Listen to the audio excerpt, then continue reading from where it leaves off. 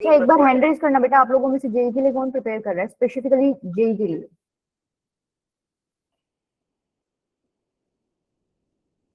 जिसको कंफ्यूजन एक बार रहने दो। मैम एक बार रिपीट कर दो क्या अभी आपने बोला। मैं पूछ रही हूँ कि स्पेशली जेई के लिए, मतलब जिसके दिमाग में खाली एक मुझे जेई ही करना है, ऐसे कितने बच्चे हैं? बाकी जो बच गए वो क्या करना चाहते हैं? मैम आपने कंफ्यूजन बोला था ना। हाँ यशवी तुम छोड़ो, बाकी जो रह गए एनडीए। अच्छा मैम आशीष तुम्हारा एनडीए। तो पता है। अच्छा दुर्गा आपको क्या करना है? सनी तुम्हें एनडीए मैं पूछ रही हूँ कि आपको क्या करना है, मतलब आगे किस चीज के लिए, मतलब आपने सोचा आप प्रिपेयर करोगे? सॉफ्टवेयर डेवलपर के लिए। सनी आपको हैंड रेस तो कर दिया, किसके लिए किया ये? आईआईटी। आप भी जानते होगे इसको, सारे बच्चे जानते हैं सनी। आपने ही बोला था ना कि जो जो आईआईटी में जाना चाहता है। ठीक है ठीक है कर लो। देखो एक दो छोटी मोटी चीजें छुड़वा दी थी मैंने लास्ट टाइम पे, वो कवर कर लेते हैं, बाकी क्वेश्चंस ही आज। ठीक है लेक्चर को कंप्लीट करके अगर टाइम बचेगा ना तो मैं तुम्हें वेविकर्व मेथड समझाऊंगी आज। ठीक है वो थोड़ा एक्स्ट्रा है और वो एक्स्ट्रा में ही निकालना पड़ेगा। चलो देखो आइडेंटिटी रिलेशन क्या होता है, पहले मुझे उससे पहले ये बता दो रिफ्लेक्सिव रिलेशन क्या होता था? मैम जिसमें ए और ई सेम और सेम एलिमेंट होते थे दोनों साइड्स में। Yes ma'am same. Reflexive relation में तुमने ये पढ़ा था, कोई सेट ए है सपोज 1 2 3, तो आपको रिलेशन में क्या क्या मिलना चाहिए?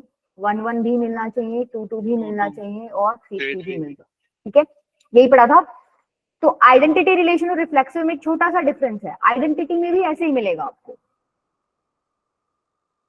आइडेंटिटी रिलेशन में भी ऐसे ही मिलेगा, हर एलिमेंट अपने आप के ऊपर ही मैप्ड होगा। समझ रहे हो?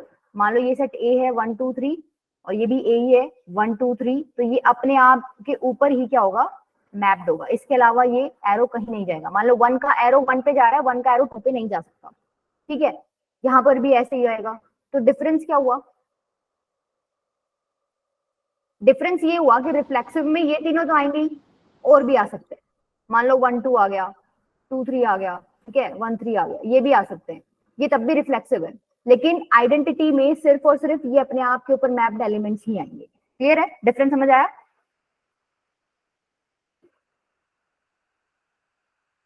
समझ आया बेटा? Yes ma'am. Yes ma'am. तो क्या आप बोल सकते हो हर आइडेंटिटी रिलेशन जो है वो रिफ्लेक्सिव है? यस मैम है। ठीक है और ऐसे भी बोल सकते हो क्या हर रिफ्लेक्सिव रिलेशन आइडेंटिटी रिलेशन होगा? No ma'am. No ma'am. Clear है ये चीज? आइडेंटिटी रिलेशन का कॉन्सेप्ट इतना ही था। ठीक है उसके बाद है आपका क्वेश्चन है, आपको ये बताना है कि ये इक्विवेलेंस रिलेशन है कि नहीं। इसके लिए आपको पहले पता होना चाहिए कि इक्विवेलेंस रिलेशन क्या होता है। मैंने आपको बताया था लास्ट क्लास में। यस मैम वो रिलेशन जो रिफ्लेक्टिव सिमेट्रिक और ट्रांजिटिव तीनों हो। हाँ तो चेक कर लो इसको।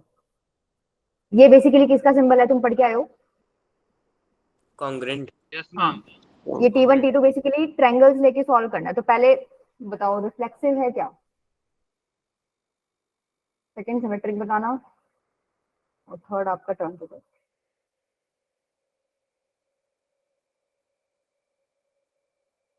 रिफ्लेक्सिव के लिए मैंने क्या कहा था, मान लो कुछ इस तरीके से आपको दे रखा और मैंने क्या बोला था, y को x के इक्वल ही ले लेना, ऐसे ही बोला था। यहाँ पे Yes. T2 को T1 के इक्वल ले लो तो क्या आ जाएगा आपका result? T1 is congruent to T1। ये होता है क्या भाई? ट्रायंगल है अपने आप के साथ तो कॉन्ग्रुएंट ही होएगा वो। ठीक है तो ये ट्रू है, इसका मतलब ये रिफ्लेक्सिव है। सिमेट्रिक के लिए क्या करोगे, अगर T1 is congruent to T2 है तो हम क्या ये कह सकते हैं T2 is congruent to T1? Yes ma'am. ठीक है सेम बात है। क्लियर है? तो यही सिमेट्रिक भी हो गया आपका। ठीक है ट्रांजिटिव के लिए क्या करोगे? ट्रांजिटिव के लिए क्या करोगे? भाई एक तो T1 T2 ले लिए और एक क्या ले लिया, T2 T3 ले लिया, ऐसे ही लेते हो, जिसपे ये खत्म होता है वो यहाँ ले लेते हो। तो T1 is congruent to T2, यहाँ से क्या आएगा, T2 is congruent to T3। तो क्या मैं बोल सकती हूँ T1 is congruent to T3? Yes ठीक है, ma'am. T1 is congruent to T3। तो देखो ये ट्रांजिटिव भी हो गया, सिमेट्रिक भी हो गया और रिफ्लेक्सिव भी हो गया, तो तीनों हो गया। तो ये क्या हो गया आपका इक्विवेलेंस रिलेशन हो गया। क्लियर है? Yes ma'am. सबको क्लियर है ना? Yes ma'am. Yes, ma'am. निर्भय बेटा, आपको मैंने कॉल किया था आज। यस मैम, मैं उस टाइम कहीं गया हुआ था। तो आप पिछली क्लासेस में एब्सेंट थे, मैंने इसलिए कॉल किया था, ऐसा ही है क्या? Yes ma'am. ओके ठीक है, मेरे को बेटा रीजन बता दिया करो कि क्यों एब्सेंट रहते हो तुम लोग। आप क्यों एब्सेंट थे ये ट्राई करो बेटा तुम सारे, आप क्यों एब्सेंट थे 3 दिन से? मैम फोन में कुछ इश्यू हो रहा था, इसके वजह से नहीं अटेंड कर पाया क्लास। अच्छा ठीक है।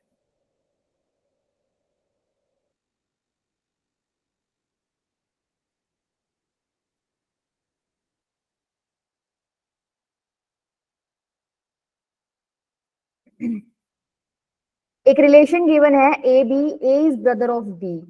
ये भी आपको चेक करना है इक्विवेलेंस रिलेशन है कि नहीं है। ठीक है, पहले क्या चेक करोगे, रिफ्लेक्सिव है कि नहीं है। बताओ, रिफ्लेक्सिव के लिए आप क्या लेते हो भाई, आपको चेक करना होता है ए रिलेशन में बिलोंग कर रहा है कि नहीं, ऐसे ही करते हो। तो यहाँ पे बी की जगह ए पुट करके देखो, जब ए रखोगे तो मतलब क्या हुआ, ए इज ब्रदर ऑफ ए। ऐसा होता है क्या, ऐसा कुछ होता है क्या, ए इज ब्रदर ऑफ ए अपने आप का ब्रदर है? No, ma'am. नहीं होता ना, इसका मतलब ये रिफ्लेक्सिव नहीं है। सेकंड, सिमेट्रिक के लिए आप क्या करोगे, अब तुम ही बताओ, सिमेट्रिक के लिए क्या करूं? A is brother of B and B is brother of A. Symmetric के लिए हम क्या देखते हैं कि अगर ए बी बिलोंग कर रहा है रिलेशन में तो बी ए भी बिलोंग करना चाहिए, यही देखते हैं ना हम। ए बी का मतलब है A is brother of B. ठीक है, बी ए का मतलब क्या है, B is brother of A. ये क्या श्योर बात है क्या? No, ma'am. हो भी सकता है। B का भाई है ना? है तो देखो इसने ए की गारंटी दे दी कि ए लड़का है, ए भाई है बी का, तो बी लड़की तो B बॉय तो भी हो लड़की सकता है या फिर मतलब सिस्टर बोल रही, लड़की भी हो सकती है ना, यस और नो, ये गर्ल भी हो सकती है और ये बॉय भी हो सकता है।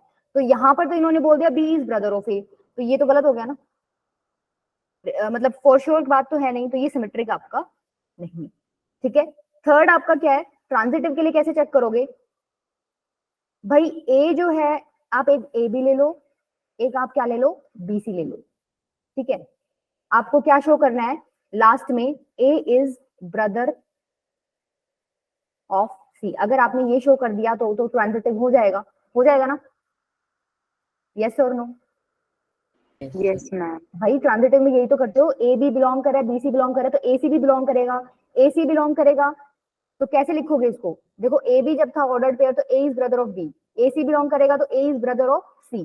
तो देखो है क्या ये है A is brother of B, B is, इसको खोल रही हूँ मैं, बी इज ब्रदर ऑफ सी।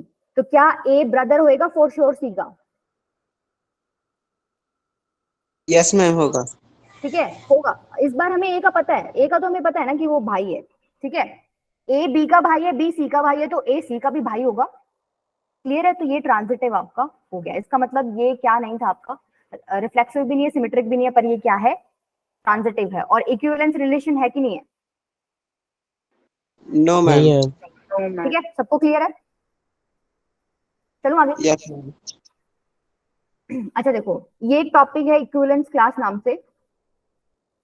सबसे पहली बात तो इक्विवेलेंस क्लास ना एलिमेंट्स की निकलती है, जैसे लिखा भी हुआ है, मान लो तुम्हें कोई रिलेशन दे रखा है, अब इसने पूछा है इक्विवेलेंस क्लास ऑफ 1 निकालो, तो आपको कुछ भी नहीं करना, आपको ये देखना है कि 1 किस किस पे मैप कर रखा है। 1 की मैपिंग 1 के साथ दिख रही है, दिख रही है? Yes, ma'am. 1 की मैपिंग 2 के साथ दिख रही है, तो इसका मतलब इक्विवेलेंस क्लास ऑफ 1 में क्या आ जाएगा, 1 और 2। क्लियर है? ये सिंबल है रिप्रेजेंट करने का, स्क्वायर बना रखा डब्बा सा, उसके अंदर एलिमेंट लिखा हुआ है जिसकी आपको इक्विवेलेंस क्लास बतानी है। तो अगर मैं पूछूं इक्विवेलेंस क्लास ऑफ 2 क्या हो जाएगा, 2 की मैपिंग देखो किस किस पे, 2 और 1, 2 और 1, 2 की मैपिंग 2 पे है, 2 की मैपिंग 1 पे है, ठीक है, 2 और 1। 3 की मैपिंग सिर्फ एक ही पे है, सिर्फ 3। ठीक है, सही है, इजी है, इक्विवेलेंस क्लास में ऐसा कुछ दिक्कत नहीं है, आएगी भी नहीं, क्लियर है सबको। बेसिकली आपको कुछ नहीं देखना, आपको ये देखना है कि मैपिंग किस पे है। इस रिलेशन को कैसे रिप्रेजेंट करोगे, अगर एरो डायग्राम से रिप्रेजेंट करने के लिए मैं बोलूँ तो इसमें क्या लिखते हो तुम, और इसमें क्या लिखते हो? इसमें लिखते हो जो आपके ये पहले एलिमेंट्स होते हैं, यही लिखते हो, यस मैम। 1 2 3 यही है बस। सेकंड वाले में क्या लिखोगे, 1 2 3, ये भी 1 2 3 है, ठीक है। अब आप देखो कि 1 की मैपिंग किसके साथ कर रखी है, 1 की मैपिंग 1 के साथ है, 1 की मैपिंग 2 के साथ है, 2 की मैपिंग किसके साथ कर रखी है, 2 की मैपिंग 2 के साथ है और 2 की मैपिंग 1 के साथ है, 3 की मैपिंग सिर्फ 3 के साथ है। तो बेसिकली आपको ये देखना होता है इक्विवेलेंस क्लास में कि एलिमेंट्स की मैपिंग किस पे कर रखी है, ठीक है। चलो आगे, ये अच्छा एक एंटीसिमेट्रिक छुड़वा दिया था मैंने बता दिया था लास्ट क्लास में एंटीसिमेट्रिक।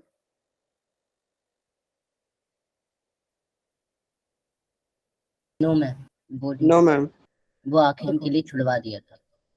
देखो एंटीसिमेट्रिक में क्या होता है, सपोज अगर ए बी रिलेशन से बिलोंग कर रहा है और बी ए रिलेशन से बिलोंग तभी करेगा, या यूं लगा लो कर रहा है, ठीक है, तो एंटीसिमेट्रिक होगा तो क्या हो जाएगा आपका, ए इज इक्वल्स टू बी होना चाहिए ये। अगर ए बी रिलेशन से बिलोंग कर रहा है, बी ए रिलेशन से बिलोंग कर रहा है, तो एंटीसिमेट्रिक तभी होगा जब ए इज इक्वल्स टू बी होगा, क्लियर है। अब देखो इसको डायरेक्ट आप क्वेश्चन से सॉल्व करो। इसने पूछा which of these are antisymmetric, पहला देखो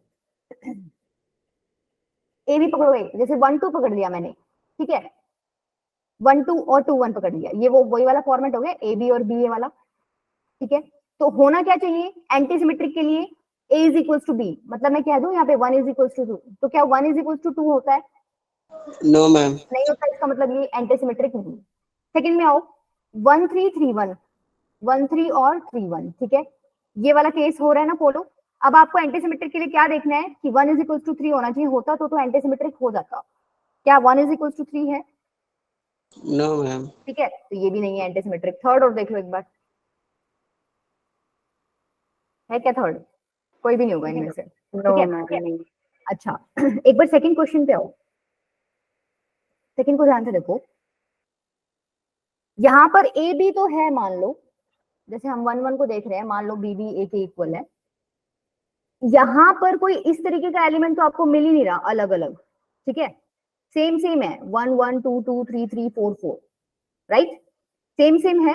तो इसमें तो ऐसी कोई कंडीशन आएगी ही नहीं आपकी कि हमें चेक करना पड़े कि ए इज इक्वल्स टू बी है कि नहीं, बताओ। ये हमें चेक तब करना है जब ये भी हो और ये भी हो, इसमें तो कोई सा ही नहीं है, चेक क्या करोगे? तो जब कुछ है ही नहीं, जैसे हमने ट्रांजिटिव के केस में पढ़ा था ना, भाई ए बी होना चाहिए और बी सी होना चाहिए, तब हम ए सी के लिए चेक करते हैं। मान लो अगर सिर्फ ए बी है, बी सी है ही नहीं, तो हम चेक नहीं करेंगे, हम उसको अपने आप बोल देंगे कि भाई हाँ ये ट्रांजिटिव है, ठीक है। वही वाला केस यहाँ है, यहाँ पे हमें चेक करने की जरूरत ही नहीं है क्योंकि इस तरीके के एलिमेंट्स है ही नहीं हमारे पास, तो हम क्या बोल देंगे, ये एंटीसिमेट्रिक है, क्लियर है। अच्छा एक बात बताओ,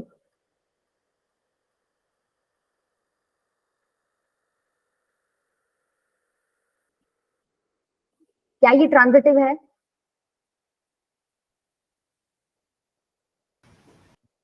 यस मैम है। क्या लॉजिक लगाया तुमने?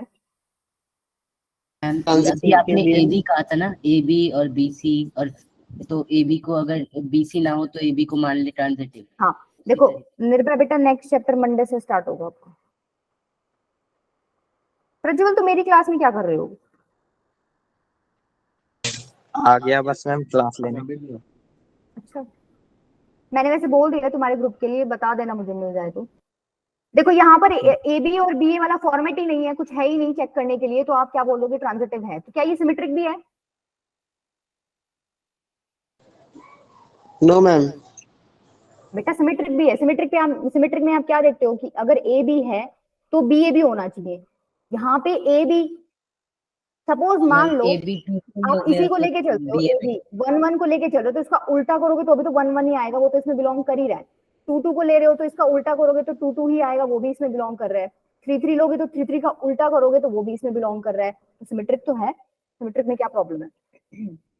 और रिफ्लेक्सिव है क्या? Yes ma'am. यस वो तो है।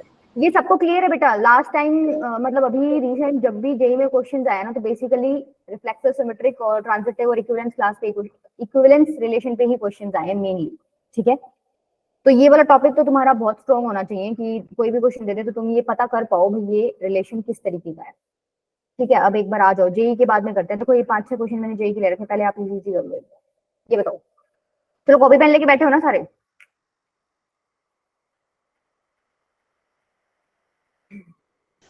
Yes, ma'am. एक तो तुम ना थोड़ा जवाब देने में थोड़ा स्लो हो, थोड़ा जल्दी जल्दी जवाब दिया करो। मैट्रिसेस बेटा राज थर्ड चैप्टर है मैट्रिसेस, तो पहले सेकंड तो होगा ना, उसके बाद थर्ड पे चलेंगे। मतलब सेकंड है थर्ड है बुक में। सेट्स कराया ना हमें, मैं इसमें कंफ्यूज हो गई। सेट्स तो हमने तुम्हारा 11th का रिवाइज करवाया है। मैम पहले थर्ड में मैट्रिसेस पहले थर्ड है। पहले रिलेशंस एंड फंक्शंस कंप्लीट कराया जाएगा, उसके बाद मैट्रिसेस स्टार्ट होगा। Ma'am second chapter inverse trigonometry भी है। हाँ आईडीएफ है, सही बात है। मैट्रिसेस से कोई खास लगाव है क्या राज बेटा? मैम सबसे इजी है ना इसलिए। तो इजी वाला तो क्या ही सोचते हैं, मुश्किल वाला सोचते हैं दिमाग में कि मुश्किल कैसे करेंगे। इजी तो हो जाएगा। मैट्रिसेस डिटरमिनेंट्स तो तुम आखिर में पढ़ 4 है लोगे तो क्या? भी हो जाएगा। 4। एक बार तुम चैट में लिखो आंसर, ज्यादा बच्चे नहीं हो तुम, मेरे को तुम्हारा सबका पता चल जाएगा कौन क्या आंसर दे रहा है।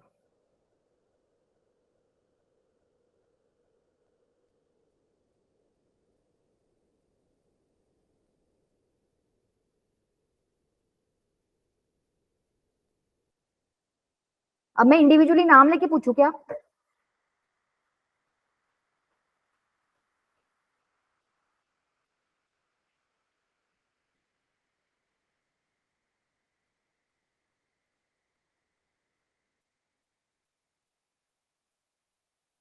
यशवीर के अलावा किसी को भी क्वेश्चन नहीं आया?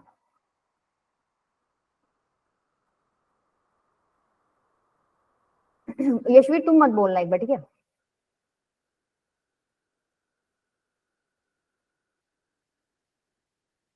ए क्रॉस बी में कितने एलिमेंट्स होंगे मेरे को चैट बॉक्स में फटाफट लिख के बताओ।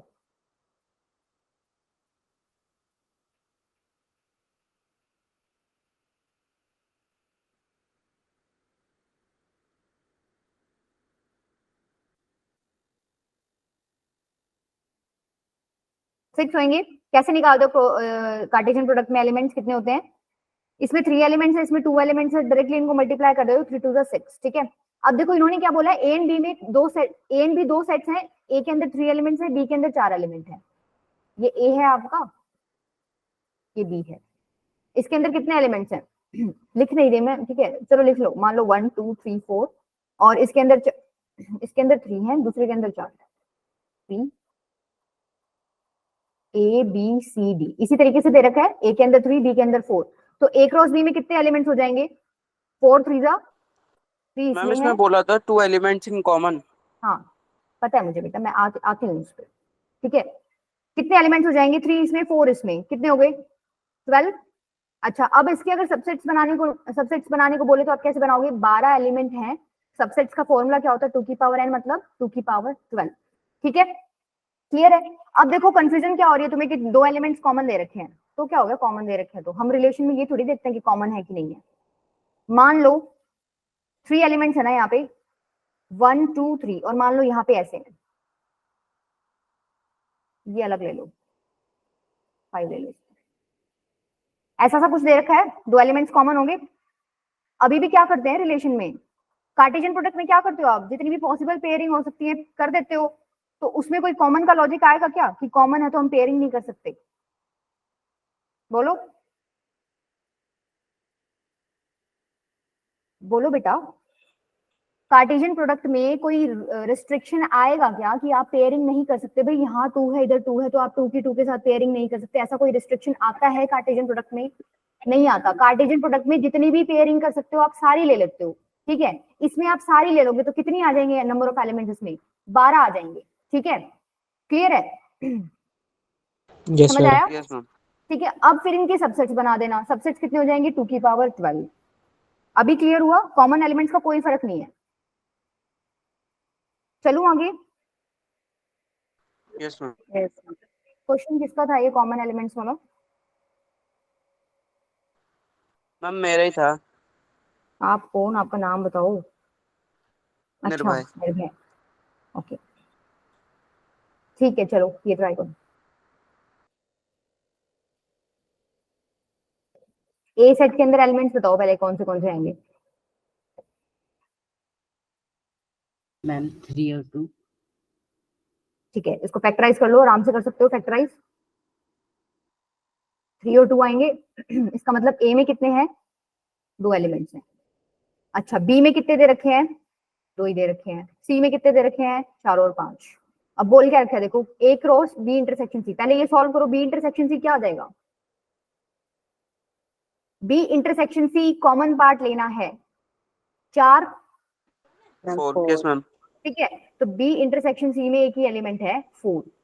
अच्छा, फिर उसके बाद क्या करना है आपको? क्रॉस प्रोडक्ट निकालना है। तो बेसिकली ये ऐसे हो गया 3 2, ये हो गया 4, इधर बी है इंटरसेक्शन सी और इधर ए है। अब इसका क्रॉस प्रोडक्ट नहीं निकाल सकते, कार्टेशियन प्रोडक्ट 1 है क्या? निकाल लो। 3 4 और 2 4 यही बन सकता है बस। हाँ 1 है बेटा, ठीक है, इजी था ये तो। चलो आगे। Yes ma'am. Yes ma'am. ये बताओ, ये ऑरली है, इसमें कॉपी पेन मत उठाना।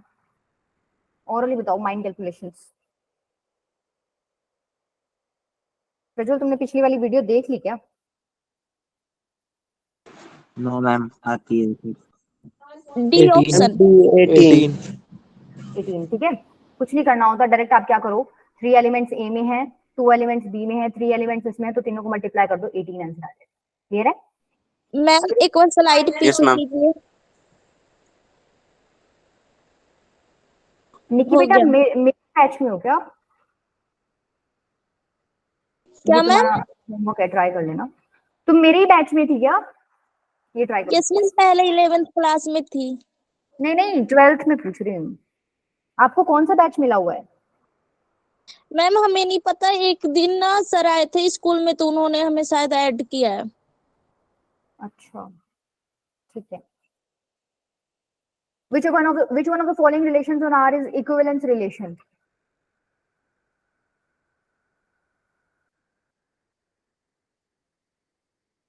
चैट बॉक्स में आंसर देना मुझे, और जितने 10-15 बच्चे जो भी जुड़े हुए ना, मेरे को हर बच्चे का आंसर चाहिए, गलत सलत कुछ भी चलेगा।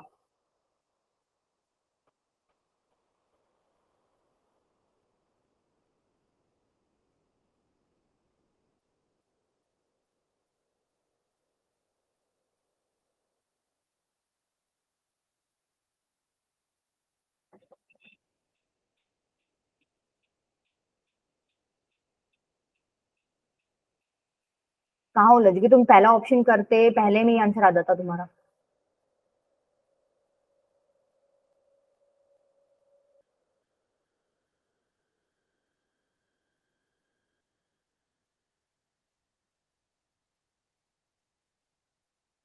ठीक है ऋतिक, कोई नहीं बेटा, मैं कराती हूँ अभी। ठीक है। आपको ये बताना है इनमें से कौन सा इक्विवेलेंस रिलेशन है। बेसिकली आपको क्या देखना है, ये चारों ऑप्शन में आपको एक एक करके चेक करना है कि कौन सा ऐसा ऑप्शन है जिसमें रिलेशन रिफ्लेक्सिव भी है, सिमेट्रिक भी है और ट्रांजिटिव भी है। इक्विवेलेंस के लिए यही ध्यान रखना है आपको कि आपको ये 3 चीज चेक करनी है। अगर रिफ्लेक्सिव है, ये नए नए बच्चे कैसे आ रहे हैं, रिफ्लेक्सिव हो गया, सिमेट्रिक हो गया और ट्रांजिटिव हो गया। ठीक है, पहला पकड़ो एक बार, ये पकड़ लिया, x relation y implies x square is equals to y square। ठीक है, देखो रिफ्लेक्सिव के लिए आप क्या चेक करते हो कि x आपका किस में बिलोंग कर जाए, रिलेशन में। यही करते हो ऋतिक, यही चेक करते यस हो। मैम। ठीक है, तो Yes, अब ma'am. आप क्या करोगे, x देखो जहां पर y है वहां x रख के देखो, क्या x square is equals to x square होता है? Yes ma'am. होता है ना, इसका मतलब ये ट्रू चीज है, इसका मतलब ये रिफ्लेक्सिव हो गया। ये पहला पार्ट था। सेकंड पार्ट में आप क्या चेक करते हो कि भाई अगर एक्स वाई है रिलेशन में तो वाई एक्स भी होना चाहिए रिलेशन में। अगर ये सेटिस्फाई हो जाता तो आप बोल देते हो सिमेट्रिक है, अदरवाइज नहीं। तो एक्स वाई रिलेशन में है, उसका मतलब क्या है, x square is equal to y square. तो क्या मैं बोल सकती हूँ y square is equal to x square भी होगा? Yes, ma'am. इसका मतलब क्या हुआ, वाई एक्स भी रिलेशन में बिलोंग कर रहा है, ठीक है, इसका मतलब ये सिमेट्रिक हो गया। थर्ड पार्ट आपका क्या आ गया, ट्रांजिटिव। ट्रांजिटिव के लिए आप क्या चेक करोगे, अगर एक्स वाई बिलोंग कर रहा है रिलेशन में और अगर वाई जेड बिलोंग कर रहा है रिलेशन में, तो आप क्या दिखा दोगे कि एक्स जेड भी रिलेशन में बिलोंग कर रहा है, यही दिखाते हो ट्रांजिटिव में। Yes, जहां ma'am. पर ये खत्म होता है वहां से शुरू करते हो, फिर लास्ट में दिखा देते हो कि एक्स और जेड बिलोंग कर रहे हैं रिलेशन में, ठीक है। तो अब देख लो, इस अगर ये रिलेशन में बिलोंग करे that means x square is equal to y square, अगर ये रिलेशन में बिलोंग करे इसका मतलब y square is equal to z square. तो मैं क्या इन दोनों का यूज करके ऐसे नहीं लिख सकती एक्स स्क्वायर जेड स्क्वायर के इक्वल होगा, यस मैम। ठीक है। इसका मतलब x square is equal to z square equal हो गया, मतलब एक्स जेड भी रिलेशन में क्या कर रहा है, बिलोंग कर रहा है। तो तीनों चीज हो गई आपकी, रिफ्लेक्सिव सिमेट्रिक ट्रांजिटिव, मतलब ये इक्विवेलेंस रिलेशन हो गया। इतना समझ आया, पहले बताओ। Yes, ma'am. अभी ऋतिक आपको आ गया समझ, Yes, ma'am, आ गया। ठीक है। अब देखो बाकी वाले ना हम ये देख लेते हैं कि क्यों नहीं है, कोई भी एक रीजन हमें मिल जाए, मान लो हमें, हम चेक कर रहे हैं, हमें ये मिल गया कि रिफ्लेक्सिव नहीं है, तो हमें पता चल जाएगा इक्विवेलेंस नहीं है।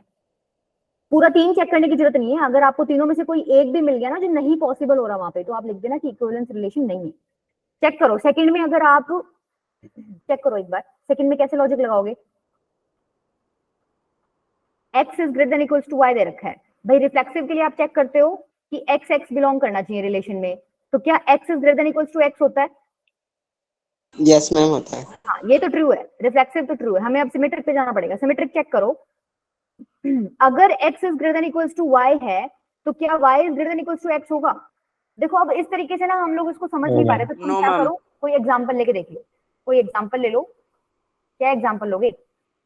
2 is greater than 1. Ma'am 2 number ले लेंगे। देखो 1 is greater than equals to 2, ले सकती हूँ क्या मैं? नहीं ले सकती, No. उल्टा करो, 2 is no greater than ma'am. Equals to 1 लो, 2 is greater than equals to 1 ले सकती हूँ ना मैं, ठीक है। यस तो क्या ma'am. 1 is greater than equals to 2 होगा? नो। नहीं होगा ना, इसका मतलब ये वाली कंडीशन फुलफिल नहीं हो रही, इसका मतलब ये सिमेट्रिक नहीं है। तो बस इतना छोड़ दो, ठीक है, सिमेट्रिक नहीं है तो ये इक्विवेलेंस रिलेशन भी नहीं है। क्या इसी तरीके से आप फोर्थ वाले में देख सकते हो? बताओगे एक बार मेरे को ये क्या है?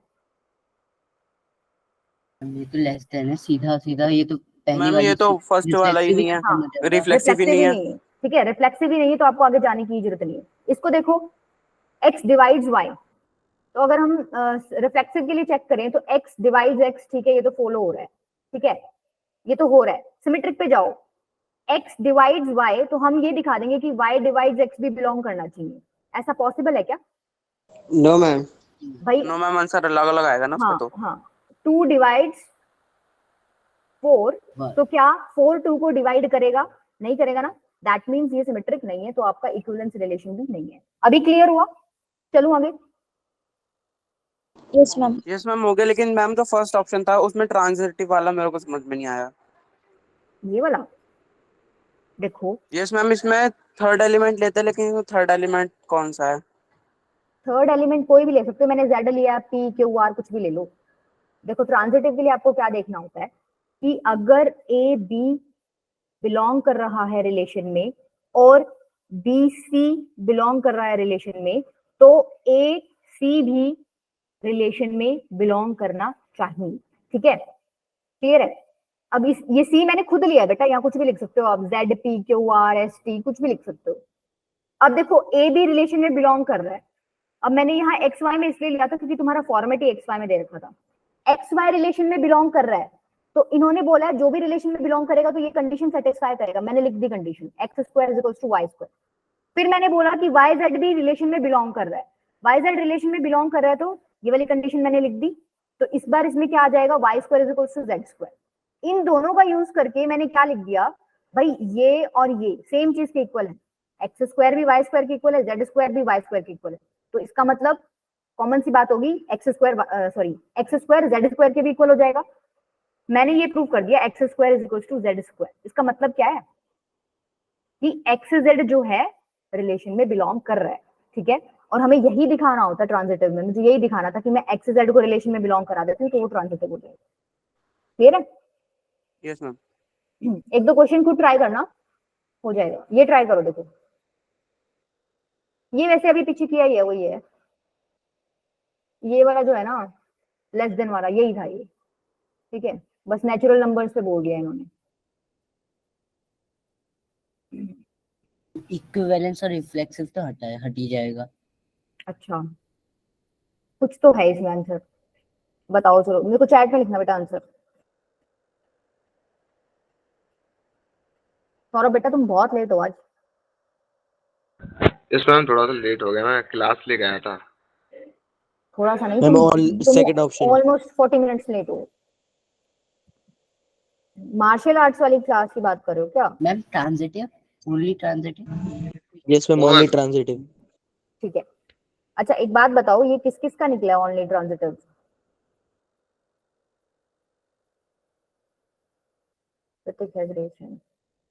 बाकी मानस, दुर्गा, राज, प्रज्वल। अच्छा देखो, आपको ये चेक करना है कि लेस देन जो है रिलेशन जो बनाओगे आप, वो इक्विवेलेंस रिलेशन होगा कि नहीं, ट्रांजिटिव होगा या सिमेट्रिक, या जो भी है। ठीक है, सपोज मैंने ये दो नंबर्स ले लिए और ये नेचुरल नंबर से बिलोंग कर रहे हैं। ठीक है, अब चेक करो क्या a is less then a होगा। ये मैं a चेक कर रही हूँ, रिलेशन में बिलोंग कर रहा है कि नहीं। क्या a is less then a होगा? 1 इज नहीं लेस मैम। देन 1 होता है क्या? तो रिफ्लेक्सिव नहीं है। सेकंड आओ, सिमेट्रिक है। सिमेट्रिक के लिए आप क्या करोगे चेक करने के लिए? अगर a लेस देन b है तो b लेस देन a होना चाहिए। कैसा हो सकता है नहीं मैम। भाई? No, 1 ma'am. लेस देन 2 है तो क्या 2 लेस देन 1 हो सकता है क्या? नहीं हो सकता। No, ma'am. सिमेट्रिक भी नहीं है। थर्ड No, पे आ ma'am. जाओ, a less than b, b less than c। तो आपको देखना है ट्रांजिटिव के लिए, अगर a less than c belong कर गया तो आप बोल दो कि ट्रांजिटिव है, अदरवाइज नहीं है। इसको एग्जांपल के साथ देख लो। 1 is less then 2, 2 is less then 3, तो क्या 1 इज लेस देन 3 होगा? Yes ma'am. होगा। Yes, इसका ma'am. मतलब ट्रांजिटिव हो गया। इसका मतलब ये ना तो रिफ्लेक्सिव है, ना इक्विवेलेंस है, ना सिमेट्रिक है। आपका क्या हो जाएगा? Only transitive. क्लियर है? चलो आगे। Yes ma'am. मैम मैं जेई के क्वेश्चन है। नहीं बेटा, जेई के नहीं है। जेई के 7-8 मैंने ले रखे हैं, मैं बाद में कराऊंगी। एक बार तुम लोगों का थोड़ा सा मैं ये क्लियर करी थी चीजें। तुम जवाब नहीं दे रहे ना, सुस्त बैठे हो, इसलिए मेरी मजबूरी है। या तो तुम जवाब अच्छे दो, मैं डायरेक्ट अच्छे क्वेश्चंस पे जाऊंगी फटाफट, जो होती है ना स्पीड बच्चों की। चलो ये बताओ, जेई के क्वेश्चंस नहीं है ये।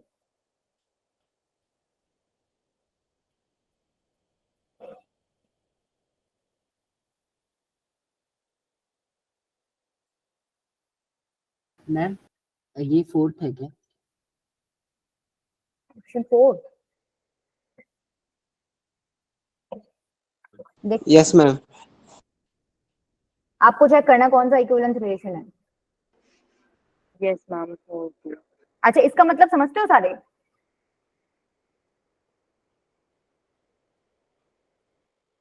A में ही रिलेशन डिफाइन है।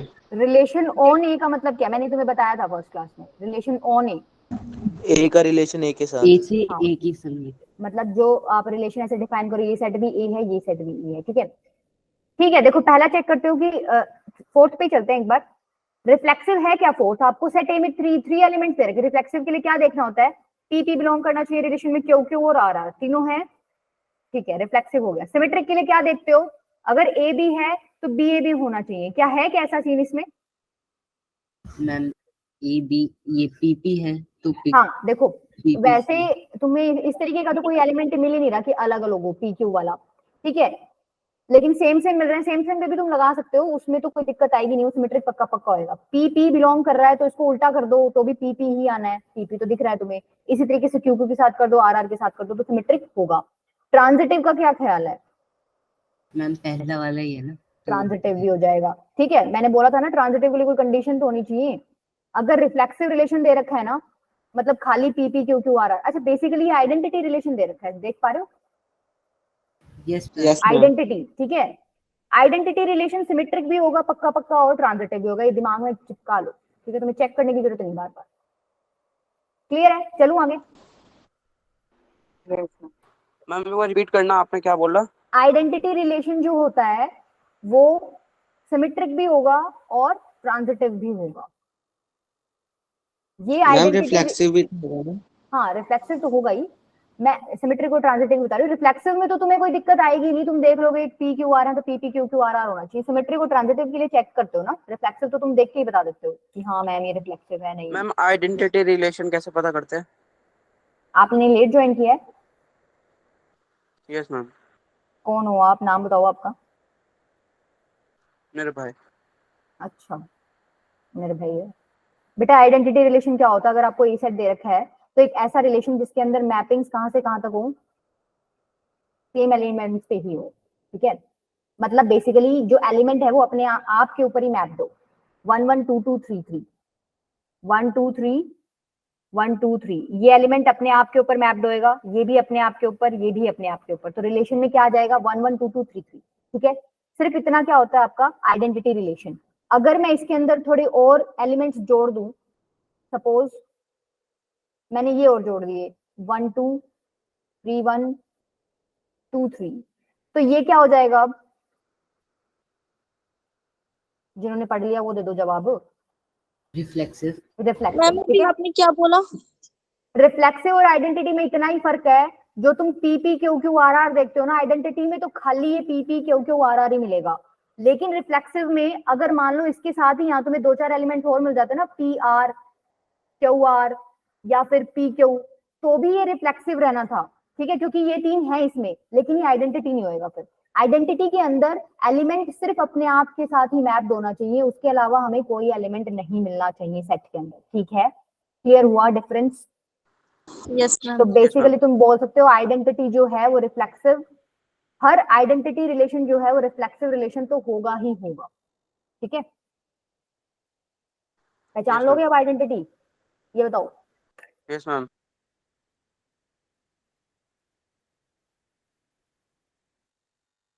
L denote the set of all straight lines in a plane. Let a relation R be defined by a relation B beta, beta ले लो इसको, अल्फा बीटा ले लो, alpha is perpendicular to beta, तो आपको बताना है जो R है वो रिफ्लेक्सिव है या सिमेट्रिक है, ट्रांजिटिव है, इक्विवेलेंट है। ध्यान से करना, तुम गलती करोगे।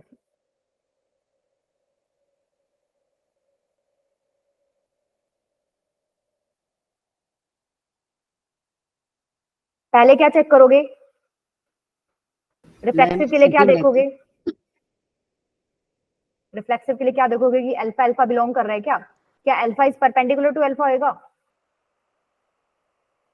एक लाइन अपने आप नो के मैम। ऊपर परपेंडिकुलर होती है। No, ma'am. सेकंड, सिमेट्रिक के लिए क्या देखोगे, अगर alpha is perpendicular to beta तो beta is perpendicular to alpha हो गया, तो आप बोल दोगे Yes, सिमेट्रिक Yes, है, ma'am. अदरवाइज नहीं, ठीक है। ये सबको क्लियर है? अगर एक लाइन Yes, ये ma'am. अल्फा है, ये बीटा के परपेंडिकुलर है, तो ये वाली लाइन भी तो इसके परपेंडिकुलर होगी ना, उल्टा होगा, तो सिमेट्रिक तो है। Yes, ma'am. ट्रांजिटिव में आ जाओ, यहाँ गड़बड़ करोगे। बताओ ट्रांजिटिव का आंसर दो।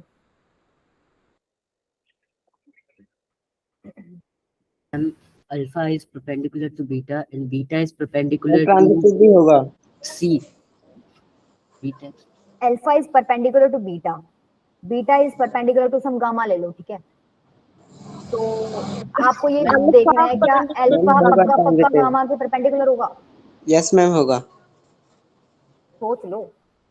यस मैम मैम होगा। नहीं पैरेलल होगा। केसेस में मैम तो हो नहीं सकता होगा। है, 2 लाइन पैरेलल है और मतलब उनके बीच में बीटा है तो एक अल्फा बात और गामा। बताओ, जो बोल रहे हैं ना हुआ, देखो बेटा थोड़ा सा कॉमन सेंस यहाँ लगा लिया, पूरा रिफ्लेक्सिव गया, ठीक है। अच्छा सिमेट्रिक पे यस आ गया ना, ठीक है, हम कॉमन सेंस नहीं लगा सकते, ठीक बात, ठीक है ठीक है। देखो ठीक बोल रहा है यशवी ने, ठीक एग्जांपल दिया है। मान लो ये था आपका बीटा, ठीक है, ये आपकी क्या है अल्फा, क्या इसके परपेंडिकुलर है परपेंडिकुलर। अगर मैं गामा को यहाँ ले लेती हूँ तो क्या गामा बीटा के परपेंडिकुलर है? No ma'am. Yes ma'am. बेटा गामा बीटा के परपेंडिकुलर है, ये परपेंडिकुलर रहा, यस मैम है। ठीक है। तो क्या गामा अल्फा के परपेंडिकुलर है? हुआ क्या इस केस में? No ma'am. नहीं हुआ ना। हमें एक केस भी मिल जाए ना तो भी हम बोल देते हैं कि अब ये ट्रांजिटिव नहीं है, इसका मतलब ये ट्रांजिटिव नहीं है, तो बच क्या गया आंसर, आप सिमेट्रिक हो गए, ठीक है। क्लियर है सबको क्वेश्चन? Yes ma'am. सब बोल दो एक बार कि सबको क्लियर है। यस मैम क्लियर है। Yes, ma'am ma'am. Gamma perpendicular तो है ना बीटा के? हाँ तो वो तो है ही, वो तो मुझे लेना ही था। तो हम ट्रांजिटिव नहीं हुआ फिर?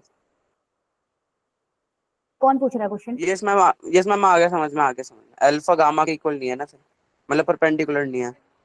हाँ अल्फा गामा, अल्फा हाँ अल्फा गामा के परपेंडिकुलर नहीं है। हमें ये ट्रांजिटिव में यही चेक करना होता है ना कि अल्फा परपेंडिकुलर है बीटा के, बीटा परपेंडिकुलर गामा के, तो अल्फा गामा के अगर परपेंडिकुलर हो जाता तो मैं बोल देती ट्रांजिटिव है, पर वो ऐसा नहीं हो रहा, ठीक है। मैम ये Yes, रिफ्लेक्सिव ma'am. समझ नहीं आया। रिफ्लेक्सिव के लिए बेटा आप कैसे चेक करते हो, अल्फा से बीटा में रिलेशन डिफाइन कर रखा है, alpha is perpendicular to beta. तो मैंने बोला था अगर मान लो एक्स आर वाई लिखा हो तुम्हारा, तो तुम वाई की जगह एक्स चेंज कर दो, तो बीटा की जगह तुम अल्फा ही लिख दो, ठीक है। या फिर इस तरीके से देख लो, आपको ये देखना होता है कि एक्स एक्स बिलोंग कर रहा है कि नहीं कर रहा रिलेशन में। रिफ्लेक्सिव में यही चेक करते हो ना, एक्स एक्स बिलोंग कर रहा है या फिर ए बिलोंग कर रहा है कि नहीं कर रहा रिलेशन में। तो देखो यहाँ पर अल्फा और बीटा के साथ डिनोशन दे रखी है इनकी, तो आप एक्स वाई में कंफ्यूज हो जाओगे, तो आप अल्फा इसलिए मैंने लिया है यहाँ पे कि अल्फा अल्फा लेके मैं सॉल्व कर दूं इसको, ठीक है। दुर्गा बेटा क्या समझ नहीं आया इसमें आपको? मैम ये अल्फा परपेंडिकुलर टू अल्फा क्यों नहीं है, ये नहीं- अच्छा अल्फा परपेंडिकुलर, एक लाइन अपने आप के ऊपर कैसे परपेंडिकुलर होगी बेटा? अल्फा एक लाइन है, ये एक लाइन है, ये अपने आप के ऊपर कैसे होगी परपेंडिकुलर? कोई लॉजिक ही नहीं बन रहा इसका, यस ठीक है, मैम, हाँ यस। कोई लॉजिक ही नहीं बन रहा इसका। तो ये कर लोगे ट्राई, यस मैम। सेम है। मैम जो पहले क्वेश्चन दिया था उसका फोर्थ पार्ट है, सेकंड पार्ट मैम। ये वाला नहीं मैम, वो सबसे पहले चीज दिया था, उसका सेकंड पार्ट। ये वाला ट्राई करो, ये अच्छा है, इसमें भी तुम कंफ्यूज होगे। मुझे हर बच्चे का आंसर चाहिए इसका, ठीक है। कम से कम ऐसे तो लिख देना मैम 2 3 4 1, ठीक है, तुम्हारा निकले नहीं तो भी लिख देना।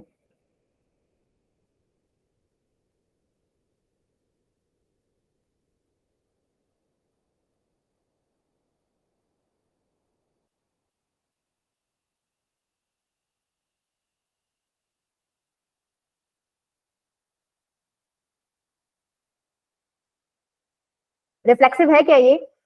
रिफ्लेक्सिव के लिए क्या करोगे, बी की जगह ये रख देना, तो क्या हो जाएगा?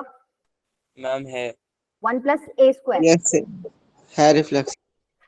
क्या हो जाएगा? 1 प्लस ए स्क्वायर। भाई ये स्क्वायर क्वांटिटी है, ये हमेशा पॉजिटिव होती है, इसके अंदर तुम एक और जोड़ रहे हो तो ये हमेशा ग्रेटर देन 0 आएगा, आएगा। इसका मतलब ये ट्रू हो गया, इसका मतलब ये रिफ्लेक्सिव तो है, ठीक है। सेकंड पे आओ, सेकंड बोल रहा है कि अगर ए बी बिलोंग कर रहा है रिलेशन में, तो बी ए अगर बिलोंग कर जाए रिलेशन में, तो आप क्या बोल दोगे? सिमेट्रिक है। चेक करो, ए बी रिलेशन में बिलोंग कर रहा है मतलब 1 plus a b is greater than 0, right? तो क्या मैं इसको ऐसे लिख दूं 1 plus b A is greater than 0? कोई फर्क पड़ेगा इससे? नो तो इसका मैम मतलब क्या हो गया कि बी ए जो है आपका रिलेशन में सिमेट्रिक है। बिलोंग कर रहा है, ठीक है, तो सिमेट्रिक भी है। बात आती है ट्रांजिटिव की, कोई निकाल पाया है कि ये ट्रांजिटिव है कि नहीं है? मैम है ट्रांजिटिव। ट्रांजिटिव है, अच्छा। कोई और? मैम नहीं है ट्रांजिटिव। अच्छा ट्रांजिटिव नहीं है, और कोई? सारे मार दो ना, गैस ही मार दो मैम तुम। ट्रांजिटिव नहीं है, ऑप्शन में भी नहीं आ रहा मैम ट्रांजिटिव। नहीं है। ऑप्शन से देखें तो अगर 2 सॉल्व कर लिया तो। रिफ्लेक्सिव नहीं है, नो सिमेट्रिक मैम, नहीं है, ट्रांजिटिव है। रिफ्लेक्सिव है। अच्छा ऑप्शन में नहीं आ रहा क्या? मैम देखो बेटा ट्रांस मैम आ रहा है डी 4 पे। फोर्थ में तो तुम्हारा अच्छा तीनों लिखे हुए हैं बेटा, ये ट्रांजिटिव नहीं है, तो तुम्हारा ऑप्शन फर्स्ट आएगा। तुम लॉजिक बता दो, ढूंढ लो, थोड़ा सा घुमा लो दिमाग एग्जांपल के साथ। मैंने अपने सेकंड वाले में सिमेट्रिक प्रूफ कर दिया है। हाँ तो क्या हो गया?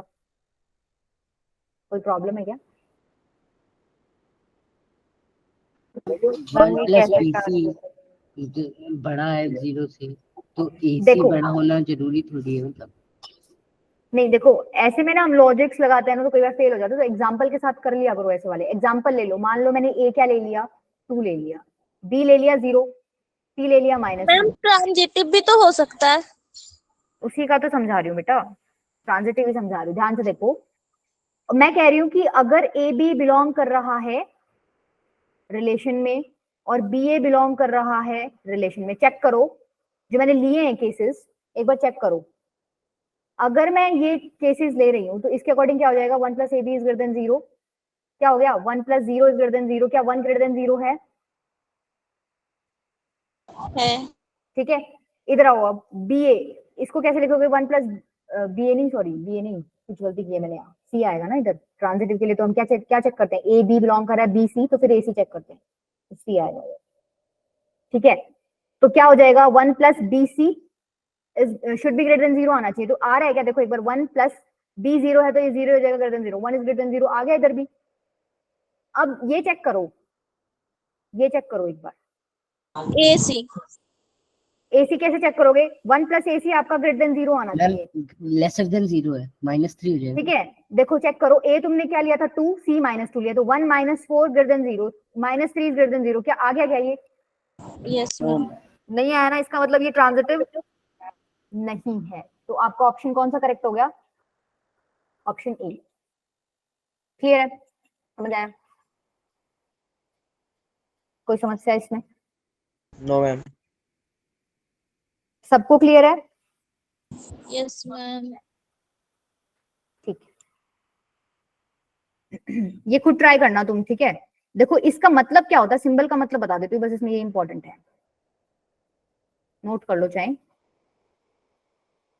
ठीक है, ये इस सिंबल का मतलब है, n divides a minus b। ठीक है, ट्राई करना है इसको, ये भी कर लो चलो एक बार, फिर चलते हैं अपने क्वेश्चंस पे, मेन वालों पे। कर लो इसको ट्राई।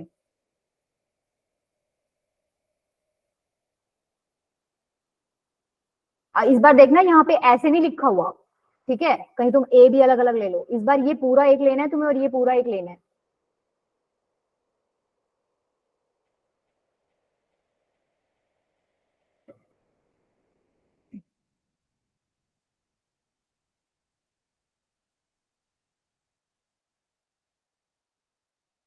रिफ्लेक्सिव के लिए आप क्या चेक करोगे,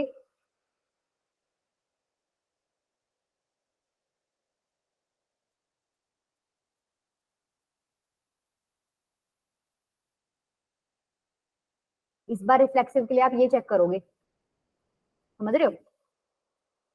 आपको ये देखना है कि ये रिलेशन में बिलोंग कर रहा है कि नहीं कर रहा। ये कितने बच्चों को समझ आई ये चीज? मैम यहाँ पे क्या लिखा हुआ है, A, B, R, C, D? बेटा ये इस तरीके से लिखा हुआ है कि एक सेट है ना, उसमें तुम्हारे ऑर्डर्ड पेयर्स हैं, और एक सेट दूसरा है उसमें भी तुम्हारे ऑर्डर्ड पेयर्स हैं। तो इस तरीके से मैपिंग करो। अभी तक तुम क्या कर रहे थे, 1 2 3 4 5 6 सिंगल सिंगल एलिमेंट्स के साथ कर रहे थे, राइट? ऐसे ही कर रहे थे ना। लेकिन इस बार तुम जो मैपिंग कर रहे हो वो इस तरीके से ऑर्डर्ड पेयर्स के बीच में कर रहे हो। ठीक है, ये मतलब है इसका। जैसे तुम्हें याद है मैंने तुम्हें क्वेश्चन कराया था ए क्रॉस बी क्रॉस सी वाला, उसमें पहले तुमने ये ए क्रॉस बी निकाला था, याद है, जिसने ये क्वेश्चन मेरे साथ किया था। तो यहाँ से तुम्हें एक ऑर्डर्ड पेयर मिल रहा था, फिर तुम उसका क्रॉस कर रहे थे सी के साथ। कुछ भी याद नहीं है, सब साफ है क्या? नहीं मैम याद है, हाँ अभी ना, तो कर क्वेश्चन दिया कर करो रहे बेटा। हैं। मेरे को ना बिल्कुल आइडिया नहीं लग रहा तुम्हें समझ आता है कि नहीं आता, क्योंकि तुम ना मुझे कुछ ही नहीं बोलते, मना करे तो भी ना हाँ ना ना। मैम मेरे को तो नहीं आ रहा। क्या नहीं आया बेटा? रिफ्लेक्सिव नहीं है क्या? क्या जिसको निकी आप बोल रहे हो, दुर्गा ने बोला है? मैम क्वेश्चन एक बार समझा दो हिंदी में। अच्छा मैं समझाती हूँ, ठीक है।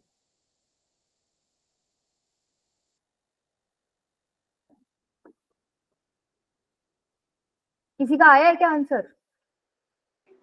Ma'am reflective only. Reflexive only, ठीक है। निकी बेटा देखो, अभी पीछे आप करके आए हो क्वेश्चंस। सपोज ये क्वेश्चन आपने देखा है, ठीक है, ये क्वेश्चन आपको समझ आ रहा है क्या लिखा हुआ है? भाई एक रिलेशन दे रखा है, आपके पास एक सेट है, ठीक है, कुछ एलिमेंट्स इधर है, कुछ एलिमेंट्स इधर है। इधर कोई एलिमेंट है ए, भाई मान लो ये ए है, इधर कोई एलिमेंट है बी, ए की मैपिंग कर रखी है आपने बी के साथ, ठीक है। कौन से कंडीशन पे बेस्ड है मैपिंग, कि भाई ये मैप आप तभी कर सकते हो जब आपकी ये कंडीशन फुलफिल हो, समझ रहे हो? मान लो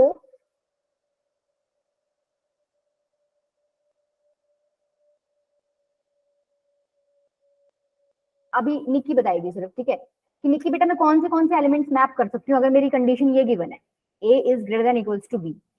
ए आपको यहां से उठाना है, बी आपको इधर से उठाना है,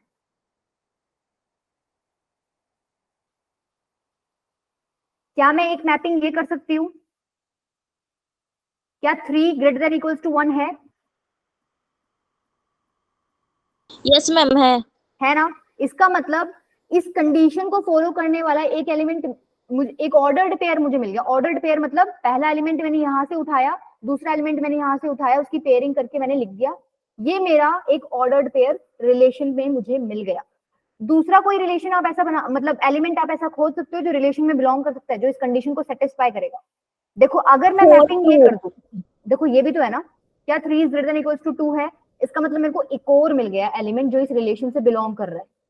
थर्ड देखो, क्या मैं 4 की मैपिंग 1 के साथ कर सकती हूँ? 4 is greater than equals to 1 है, कर सकती हूँ। क्या मैं 4 की मैपिंग 2 के साथ कर सकती हूँ? 4 is greater than equals to 2 है, मैं कर सकती हूँ। ठीक है। क्या मैं 5 की मैपिंग 1 के साथ कर सकती हूँ? कर सकती हूँ। 2 के साथ भी कर सकती हूँ, 4 के साथ भी कर सकती हूँ। तो ये क्या निकल के आ रहे हैं आपके पास? ऑर्डर्ड पेयर्स निकल के आ रहे हैं जो कि इस कंडीशन को सेटिस्फाई कर रहे हैं। अब इसके आगे ये सेट का फॉर्म, मतलब करली ब्रैकेट्स लगा दो, ये बेसिकली क्या है आपका? ये होता है आपका रिलेशन। ठीक है। वो सारे एलिमेंट्स जो इस कंडीशन को फॉलो कर रहे हैं वो कहाँ आ जाएंगे? 4 की मैपिंग 4 के संग भी कर सकते हैं ना? हाँ कर सकते हैं बेटा, 4 इज इक्वल्स टू 4। ठीक है, 4 की मैपिंग 4 के साथ भी कर सकते हो, इक्वालिटी का साइन भी है ना। ठीक है, अभी इतना क्लियर हुआ रिलेशन का मतलब हम कर क्या रहे हैं? हम लोग 2 सेट पकड़ते हैं, कंडीशन जो दे रखी होती है उसके हिसाब से मैपिंग करते हैं और वो अपना रिलेशन में लिख देते हैं। ठीक है। अब तुम्हें यहाँ पे प्रॉब्लम क्रिएट इसलिए नहीं हुई क्योंकि इधर सिंगल सिंगल एलिमेंट दे रखा था, भाई इधर 3 दे रखा है, इधर 1 दे रखा है, राइट? ऐसा ही है ना। लेकिन मैंने एक एग्जांपल कराया था, आप थे नहीं इस क्लास में।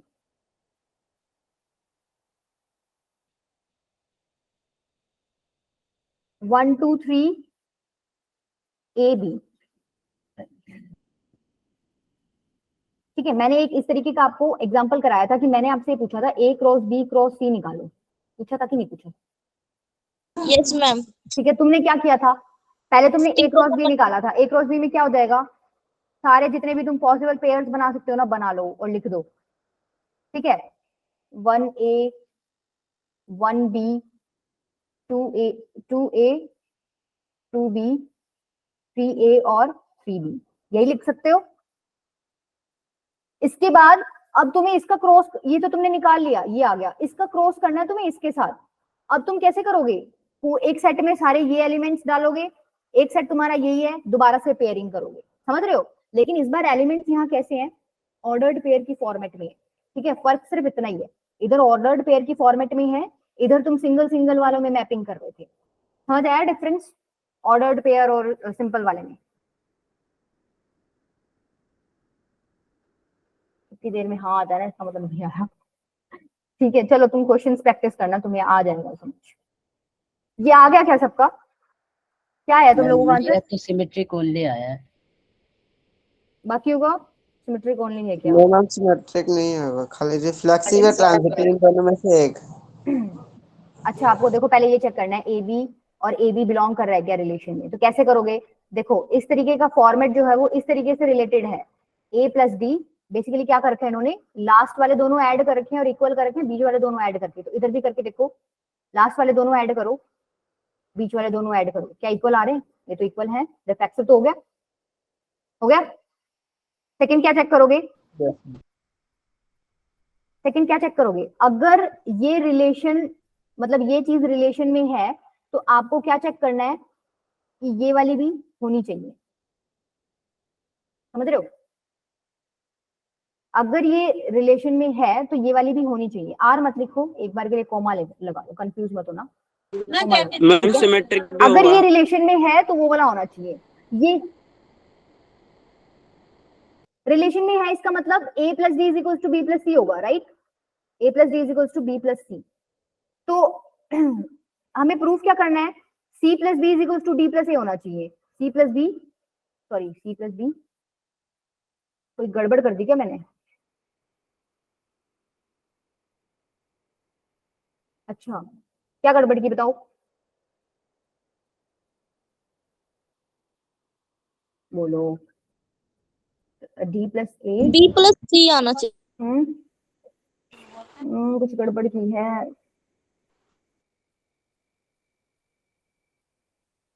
यशवी आपने कर लिया ना बेटा? कैसे किया आपने, एक बार बताना मुझे। मैम ये वाला मैम गलत हुआ था ना गड़बड़ हो मेरा। रही है। सिमेट्रिक किसने आंसर दिया था मुझे? मैम वो मैं ही था, लेकिन मेरा गलत हो गया है ना, क्योंकि मैंने गलती से जो ये डी था उसको सी मान लिया था। तो ठीक तो है यार, तुम बता भी नहीं रहे। यहाँ ही गलत लिख दिया मैंने। अगर ये बिलोंग कर रहा है इसमें, तो इसके अकॉर्डिंग बाहर वालों को ऐड करो, अंदर वालों को ऐड करो और इक्वल कर दो। बाहर वालों को ऐड करो a plus D is equals to, अंदर वालों को ऐड करो b प्लस सी। यहाँ पर देखो, यहाँ पर क्या प्रूव करना है, c plus B is equals to D plus A. तो ये और ये तो एक ही चीज है कि नहीं है? Yes. एक ही चीज है। देखो a प्लस डी को इन्होंने d प्लस ए उल्टा करके लिख दिया, b प्लस सी को इन्होंने c प्लस बी करके लिख दिया। कोई फर्क पड़ता है क्या? एडिशन तो सेम है दोनों तरफ। नो मैम, नहीं तरफ। ठीक है, सेम हो गया, इसका मतलब सिमेट्रिक भी है। ट्रांजिटिव में देखो, अब एक बार देखना थोड़ा ध्यान से। ट्रांजिटिव में मैं ही उलझ रही हूँ, सिमेट्रिक में तो ट्रांजिटिव में तो सारे जाएंगे। इधर आ जाओ। ट्रांजिटिव में कैसे देखोगे अब भाई? ए बी और सी डी ऐसे ई एफ ले लो, तो ये रिलेशन में बिलोंग कर रहे हैं। तो हमें प्रूफ क्या करना है? ए बी और ई एफ भी रिलेशन में बिलोंग करेंगी, हमें ये प्रूफ करना है। ये समझ आया? Yes ma'am. भाई ये दोनों रिलेशन में है, यहाँ पे खत्म हो गया तो यहीं से शुरू करो। एक मैंने एक्स्ट्रा मान लिया अपनी तरफ से। तो बेसिकली हमें प्रूफ क्या करना होता है? कॉमन पार्ट हटा दो, ये दोनों चीजें भी फॉलो करनी चाहिए। देखो इसके अकॉर्डिंग क्या होएगा, a plus B is equals to B plus C. इसके अकॉर्डिंग क्या होएगा, c plus F is equals to D plus E. ठीक है, अब एक काम करो, LHS ये है, RHS ये है, LHS ये है, RHS ये है, दोनों को ऐड कर दो। LHS में LHS, RHS में RHS, क्या आ जाएगा? a plus D plus C plus F is equals to B plus C plus D plus E, यही आएगा। ऐड ही किया है, क्या क्या कट गया? d से d गया, डी खड़ा, और क्या कट रहा है? c से c सी गया, भी कट गया। बच क्या गया? a plus F is equals to B plus E. अच्छा, अगर मैं इस ये वाला मेरे को फॉर्मेट मिल गया, अगर मैं ऐसे लिखना चाहती हूँ तो मैं क्या बोल दूं? ध्यान से देखो, मैम बाहर वाले को ट्रांजिटिव कैसे लिखोगे इसको इस फॉर्मेट में? ए बी और बी ई एफ। क्या मैं ऐसे लिख सकती हूँ? देखो, बाहर वालों का सम a प्लस एफ, अंदर वालों का सम b प्लस ई। मैंने कर दिया प्रूव कि ये भी एग्जिस्ट कर रहा है। इसका मतलब ये क्या हो जाएगा आपका? ट्रांजिटिव। समझ आया? देख लो एक बार 2 मिनट मैंने किया क्या। कितने बच्चों को समझ आया? एक बार हैंड रेस करना। मैम ट्रांजिटिव समझ में नहीं आया। मुझे भी मैम, मुझे ना बेटा लास्ट के स्टेप नहीं समझ में आया जो आपने LHS RHS लिखे हैं। अरे बेटा वो LHS RHS में मत पढ़ो, बस यूं समझो उसको ऐड कर दिया। देखो ऊपर लिखी हुई एक इक्वेशन मेरी बनी थी ये, a plus D is equals to B plus C. देखो ये वाली एक मेरी बनी है ये, c plus F is equals to D plus C. मैंने कुछ नहीं किया, इन दोनों को ऐड किया है। तो ऐड करोगे तो a plus D plus C plus F आ जाएगा is equals to B plus C plus D plus E. अब फिर उसके बाद मैंने जो सेम एलिमेंट्स थे, मतलब नंबर या जो भी है अल्फाबेट्स थे, वो मैंने काट दिए। c इक्वल्स टू सी, तो a plus F is equals to B plus E आ जाएगा। ठीक है निक्की, आपका ये डाउट तो क्लियर हो गया होगा? Yes ma'am. ऐड किया है। अच्छा, जो बच्चा पूछ रहा था एक और, बेटा आपको कहाँ से समझ नहीं आया? मैम आगे समझ में। देखो तुम लोग कंफ्यूज इसमें हो रहे हो ना कि ऑर्डर्ड पेयर्स दे रखे हैं। तुम एक बार इन ऑर्डर्ड पेयर्स को एक पूरा नंबर काउंट करके चलो। मान लो ये पूरा ए है, ठीक है, ये पूरा बी है, ये बी है और ये सी है। ट्रांजिटिव में आप क्या चेक करते हो? ए बी बिलोंग कर रहा है आर से, बी सी बिलोंग कर रहा है आर से, तो आप क्या देखते हो कि भाई ए सी भी बिलोंग कर रहा है आर से, यही देखते हो ना? ठीक है, तो अब इसमें देखो ए बी बिलोंग कर रहा है आर से, बी सी बिलोंग कर रहा है आर से, तो मुझे क्या प्रूव करना है कि भाई ए सी भी बिलोंग करेगा आर से। बेसिकली मेरे को प्रूव क्या करना है? ए बी और ई एफ भी बिलोंग करेंगे आर से। अभी समझ आया? इसको ऑर्डर्ड पेयर की बजाय आप ऐसे पूरा पूरा नंबर कंसिडर करके देख लो कि भाई हमें प्रूव क्या करना है, तो तुम्हें थोड़ा ज्यादा क्लियर हो जाएगा। बाकी तो बेटा तुम हाथ से निकालोगे तभी समझ आएगा।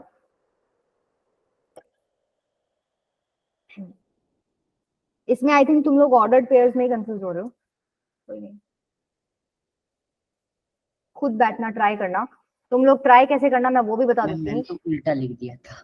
तुम लोग देखो, तुम लोग इसमें डिफरेंशिएट करना, यहाँ ये चीज लिखी हुई है, तुम अभी तक पीछे जो क्वेश्चन सॉल्व करके आओ ना उसमें ये चीज लिखी होती थी, ये तुम्हें बहुत आसान लग रही थी, यहाँ पे ऑर्डर्ड पेयर्स की फॉर्मेट एरिया तुम्हें बहुत मुश्किल लग रही है, ठीक है।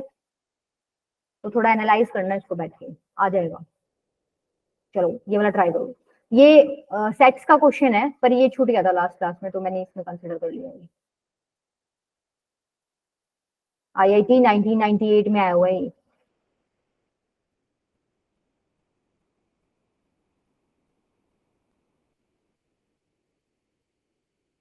In a college of 300 students, every student reads 5 newspapers and every newspaper is read by 60 students. The number of newspaper is। कोई ऐसा बच्चा है जो मेरे को निकाल के दे सकता है आंसर? नहीं तो मैं सॉल्व कराऊं सीधा, क्योंकि हम लोग तो अच्छे वाले क्वेश्चंस पे तो पहुंचे ही नहीं अभी।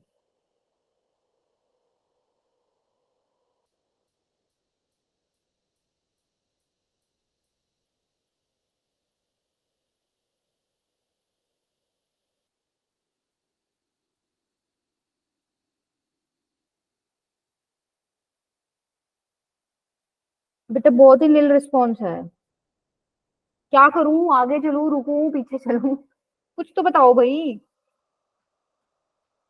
मैम आप करा दो। देखो रुकिए अभी। 300 स्टूडेंट्स हैं, ठीक है, हर एक बच्चा 5 न्यूज़पेपर पढ़ता है, हर एक बच्चा 5 न्यूज़पेपर पढ़ता है। तो अगर मैं ऐसे बोलूं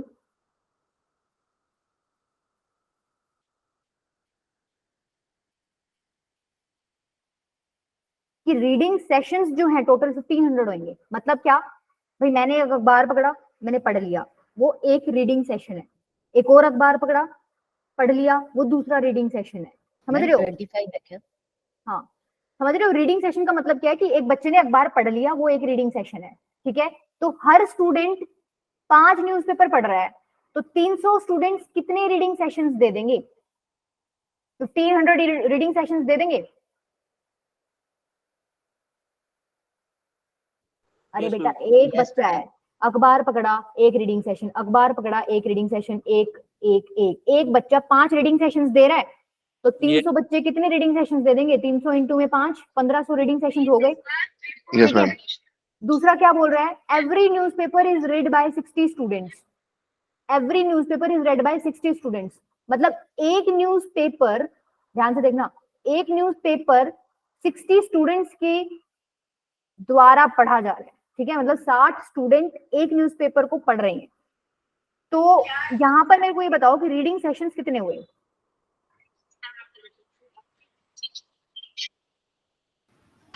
मैं तो एक ही पढ़ा जा रहा है ना 60 है। 1500 रीडिंग। बेटा ऐसा नहीं है कि वो एक ना 60 स्टूडेंट बैठ के इकट्ठे थोड़ी पढ़ रहे हैं।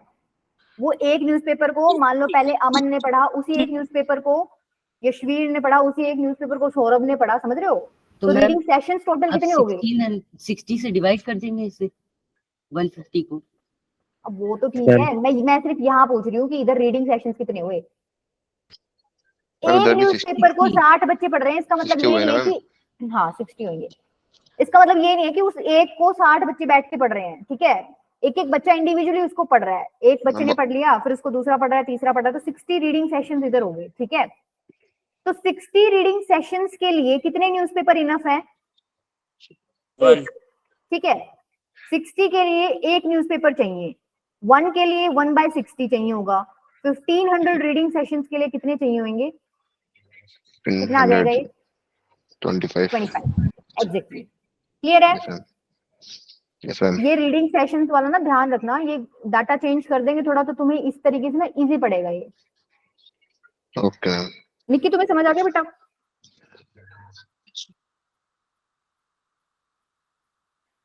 निक्की बेटा नहीं आया क्या समझ? यस मैम, समझ में आ गया। ओके, चलो ये ट्राई करो।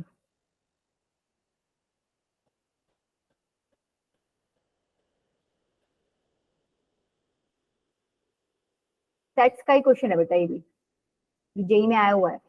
ईयर मुझे ध्यान नहीं है, अभी रिसेंट ही कुछ 2-4 साल पहले आया है। आपको ये बताना है कि स्टेटमेंट 1 2 3 में से कौन सी करेक्ट है। मोर देन 1 भी हो सकती हैं, जैसे यहाँ पे लिखा हुआ है ना, इसमें S1 एंड S3 दोनों करेक्ट हैं, S2 S3 दोनों करेक्ट हैं।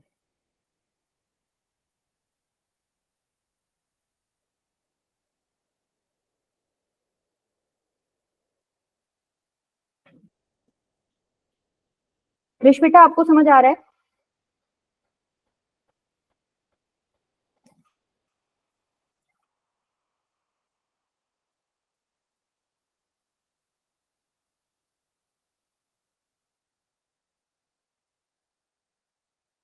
जो जवाब नहीं देना ना उसको मैं इंडिविजुअली फोन करूंगी, फिर उसके पेरेंट्स से बात करूंगी, ठीक है?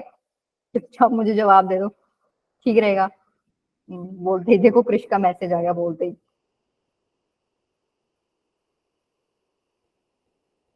और कौन रह गया? चलो और किसी को पढ़ता है। गुलशन तुम्हें?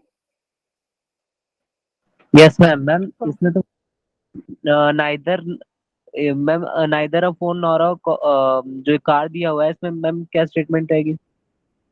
Neither a phone NOR a car, कोई स्टेटमेंट नहीं आएगी इसमें। स्टेटमेंट मतलब मैम जैसे कि अगर हम बोथ लेते हैं तो एन ए इंटरसेक्शन भी हो जाएगा जो कॉमन निकलेगा। ये लेकिन आएगा, इसी ये ऊपर कॉम्प्लीमेंट का साइन लगा दिया, neither a phone NOR a car और उसका इंटरसेक्शन। बाकी ओके मैम। इसको ऐसे मैम मतलब चलो S2 ठीक एंड है। S3 दोनों सही है। अच्छा S1 का आंसर क्या आ रहा है आपका? मैम 5%। ओके ठीक है, very good.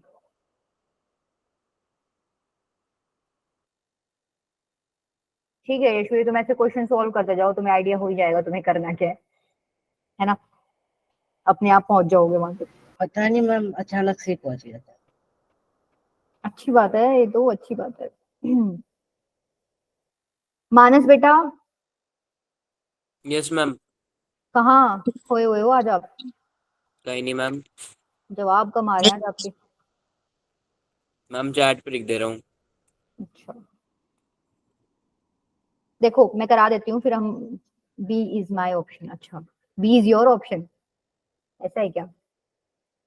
B S1 and S3 okay. देखो एक टाउन में 25% फैमिलीज ऐसी हैं जिनके पास फोन है, 15% ऐसी हैं जिनके पास कार है, ठीक है?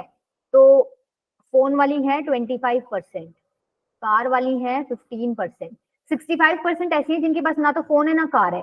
एक बात बताओ, 65% ऐसी हैं जिनके पास ना तो फोन है ना कार है, अगर मैं टोटल 100% में से इन 65% को माइनस कर दूं तो जो मेरा आंसर आएगा 35%, ये वो परसेंटेज निकल गया क्या मेरे पास जिन फैमिली के पास या तो फोन है या फिर कार है या दोनों है। यस मैम यस निकल गया। मैम। Yes, ma'am. ठीक है भाई, तुमने पूरे टोटल 100% में से वो वाला पोर्शन निकाल दिया जिनके पास कुछ भी नहीं है, तो जो बच गया 35% उनके पास, कुछ एक के पास तो या तो सिर्फ फोन होगा, कुछ एक के पास कार होगी और कुछ एक के पास दोनों ही होंगे, राइट? तो इसको हम रिप्रेजेंट कैसे करते हैं? क्या इसको हम ऐसे ही रिप्रेजेंट करते हैं? Yes ma'am. भाई या तो फोन या कार या दोनों, इसकी परसेंटेज हमें कितनी मिल गई? 35%, 35. ठीक है? ठीक है, अब देखो इसका फॉर्मूला लगा दो। इसका फॉर्मूला तुम पढ़ के आए हो, क्या होता है? Yes ma'am, NP plus NC minus NP हाँ इंटरसेक्शन C। ठीक है, तो देखो यहाँ से मेरी ये वैल्यू निकल जाएगी क्या इजीली? सब कुछ मिल गया मुझे। ये 35% है, ये आपका दे रखा 25, ये आपका दे रखा 15 और ये मान लो x है, ये आपका निकल जाएगा। x परसेंट कितना आ जाएगा? 5% आ जाएगा। यहाँ से x की वैल्यू निकालोगे तो 25 प्लस 15 40, x को उधर ले जाओगे 35 को उधर ले जाओगे तो 40 माइनस 35 5। इसका मतलब 5% लोग ऐसे हैं जिनके पास फोन भी है और कार भी है। यहाँ तक सबको समझ आ गया? Yes ma'am. ठीक है, यस मैम। तो देखो पहला ऑप्शन क्या था? 10% families own both car and phone. 10% family ऐसी है जिनके पास कार भी है फोन भी है, तो हमने तो 5% आंसर निकाला, ये तो गलत हो गया, पहला तो Yes, गलत हो ma'am. गया। ठीक है, अब सेकंड ऑप्शन देखो, 35% families own either a car or a phone. Either a car or a phone का मतलब क्या होता है? या तो मतलब या फोन तो है या फोन कार हो, है। हाँ, या वो या तो दोनों हो फोन तो हो भी या कार चलेगा। है। तो बेसिकली ये यूनियन वाला होता है, पी यूनियन सी की बात करो तो देखो हमारा 35% आया है, पी यूनियन सी, ठीक है, ये वाला स्टेटमेंट ठीक है। थर्ड में क्या है? 40,000 families live in the town. अच्छा अब एक बात देखो, जो ये चीज दे रखी है इन्होंने, क्या है? 2,000 families own both a car and a phone. मतलब बेसिकली ये किस चीज की वैल्यू है? 5% की वैल्यू दे रखी है ना ये 2,000। 5% लोग हमने निकाले थे जिनके पास फोन भी है और कार भी है। इन्होंने नंबर में दे दिया कि 2,000 फैमिलीज ऐसे हैं जिनके पास फोन भी है कार भी है, तो दोनों इक्वल हो गया। 5% का मतलब 2,000, 1% का मतलब 1% का मतलब 400। और हाँ। हमें निकालना कितना है, टोटल फैमिलीज निकालिए, मतलब 100% का मतलब कितना हो जाएगा, 40,000। तो ये करेक्ट हो गया, 40,000। ठीक है, ये भी ट्रू हो गया। तो बेसिकली आपका ऑप्शन कौन सा हो गया, सी। ठीक है, क्लियर हो गया सबको? Yes ma'am. Yes ma'am. Durga बेटा आपको क्लियर हुआ? Yes, ma'am. Clear.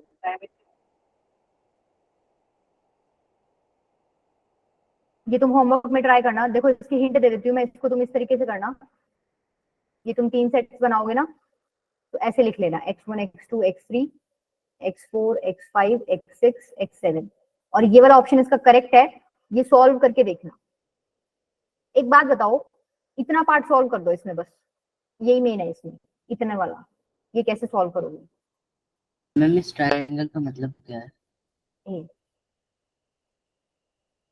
Yashveer symmetric difference नहीं बताया था सेट्स में? मैम भूल गया हूँ शायद। भूल गए? सिमेट्रिक डिफरेंस में क्या था, मान लो ये सिंबल होता है सिमेट्रिक वो डिफरेंस वाला का, कि एक दो मतलब सेट्स हैं, ओनली और ओनली को जोड़ दिया, ए ओनली और बी ओनली को जोड़ देंगे तो। हाँ मतलब मैंने इस तरीके से बताया था कि दोनों के बीच में कॉमन पार्ट हटा दो, बच गया आंसर है आपका। तो वो तुम्हें यहाँ काम आएगा, जो मैंने तरीका बताया था ना सोचने का, कि भाई इस तरीके से सोचो कि दो सेट्स के बीच में सिमेट्रिक डिफरेंस निकाल रहे हो, मतलब दोनों सेट्स के बीच में जो कॉमन पार्ट है उसको हटा दो, बच गया वो आंसर है। अब जैसे इस ब्रैकेट को आप सॉल्व कर रहे हो, बी और सी का सिमेट्रिक डिफरेंस निकालना है, बी में क्या क्या एलिमेंट्स हैं एक बार बताओ, सी में क्या क्या है? और x3 ओनली और x7 ओनली, x1 ओनली, इन सबको जोड़ दो, ये आ जाएगा पूरा।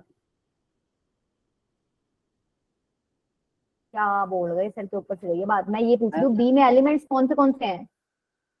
x2 x3 x5 x6 यही है भाई। बी में क्या लिखा हुआ है बेसिकली ये पूछना चाह रही हूँ। Yes, x2 x3 x5 Yes, इसके ma'am. अलावा कुछ लिखा हुआ है क्या? अरे तुम ये बोल दो ना मैम आपने एबीसी तो रिप्रेजेंट नहीं कर रखा, अब बताओ। ठीक है, x2 x3 x5 x6, सी में क्या क्या है? x4 x5 x6 x7, Yes, ma'am. x4 x5 x6 x7। X7. अब आपको ये निकालना है, बी और सी का सिमेट्रिक डिफरेंस निकालना है, जो कॉमन पार्ट है उसको छोड़ दो, छोड़ो और बाकी बचे हुआ आंसर बताओ मुझे। देखो x4 x5 है और x6 है, बच क्या गया? x2 x7 x2 x3 X3, x4 और X4, x7, यही बच गया। X7. स्क्रीन फ्रीज है क्या Yes, ma'am. क्या हो गया? मैम? स्क्रीन फ्रीज है क्या? फ्रीज है क्या बच्चों? स्क्रीन फ्रीज तो नहीं है बेटा, मैं लिख No, रही ma'am. हूँ। No ma'am, no ma'am. अच्छा ये निकाल लिया, अब आपको ये जो भी निकाला है, अब इसको मत देखो लिखा क्या हुआ है, ये जो भी सेट निकला है इसका और ए सेट का सिमेट्रिक डिफरेंस लेना है। उसके लिए एक बार आप ए सेट लिख लो। ए में क्या क्या है? x1 x2 x5 और x4। X4. इसका और इसका सिमेट्रिक डिफरेंस लो, मतलब इन दोनों के बीच में जो कॉमन पार्ट है छोड़ दो, बाकी जो बच गया वो आपका आंसर है। क्या है कॉमन पार्ट इसमें? x2 है और x4 है, तो क्या बच गया? x1 x5 x3 और x7। समझ आया? मैम वो बीच का पार्ट भी आ गया, ठीक है मैम। क्या कह रहे हो? मैम वो तीनों का Yes, जो इंटरसेक्शन है वो भी आ गया ना? हाँ आ गया, क्योंकि बेटा मैंने सिर्फ इतना पार्ट सॉल्व करवाया ना, अभी इसमें से भी तो माइनस करोगे। मैं तो सिर्फ इतना समझा रही हूँ कि ये इसको कैसे सॉल्व करोगे तुम, क्योंकि इसमें मेन यही था, A union B union C तो तुम निकाल ही लोगे। A union B union C में तो तुम सारा ही लिखोगे, ये भी ये भी ये भी ये भी ये भी और ये भी और ये भी, ये सारे हैं A union B union C में। अब ये जो है इनमें से तुम्हें ये माइनस करना है, तो तुम्हारा देखो एक तो ये बचेगा, एक ये बचेगा और एक ये बचेगा, चेक कर लो चाहे। यही मैम तीनों में कॉमन ये X5 है ना? हाँ तीनों में कॉमन x5 है, वो नहीं लेना। क्यों नहीं लेना? क्यों नहीं लेना वो? क्योंकि देखो क्वेश्चन, मैं एक्चुअली क्वेश्चन तुम्हें करा ही नहीं रही थी, तुम तो कहाँ चले गए। मैं तो तुम्हें ये सॉल्व करना बता रही थी। क्वेश्चन था let A B C be 3 sets, 3 set है, x be the set of all elements which belong exactly two of the sets. मतलब आपको सिर्फ वो वाला पोर्शन पकड़ना है जो exactly two of the sets में है। Exactly two of the sets में कौन सा है? एक तो ये है, देखो ध्यान से, है ना, एक ये है Yes, ma'am. और एक ये वाला है। ठीक है, अब जो मैंने आंसर निकाला है ये देखो, ये सर्कल करके x2 x4 x6, ये इन्हीं पोर्शन में बिलोंग कर रहा है ना। ठीक है, तो बेसिकली मैंने क्या शो Yes, कर ma'am. दिया कि इसको सॉल्व करके भी मेरा वही आंसर आ रहा है, जो क्वेश्चन में मेरे को एक्स सेट दिया हुआ है उसके इक्वल। मैं तुम्हें क्वेश्चन सॉल्व नहीं करा रही थी, मैं तुम्हें सिर्फ इसको सॉल्व करना बता रही थी। आंसर तुम्हारा डी है, तुम घर बैठ के सॉल्व कर लेना इसको। ये सॉल्व करना मैंने तुम्हें बता दिया, यही इसमें इंपॉर्टेंट था। ठीक है, ये सब आगे के ना तुम कर लेना, ये ट्राई करो चलो एक बार।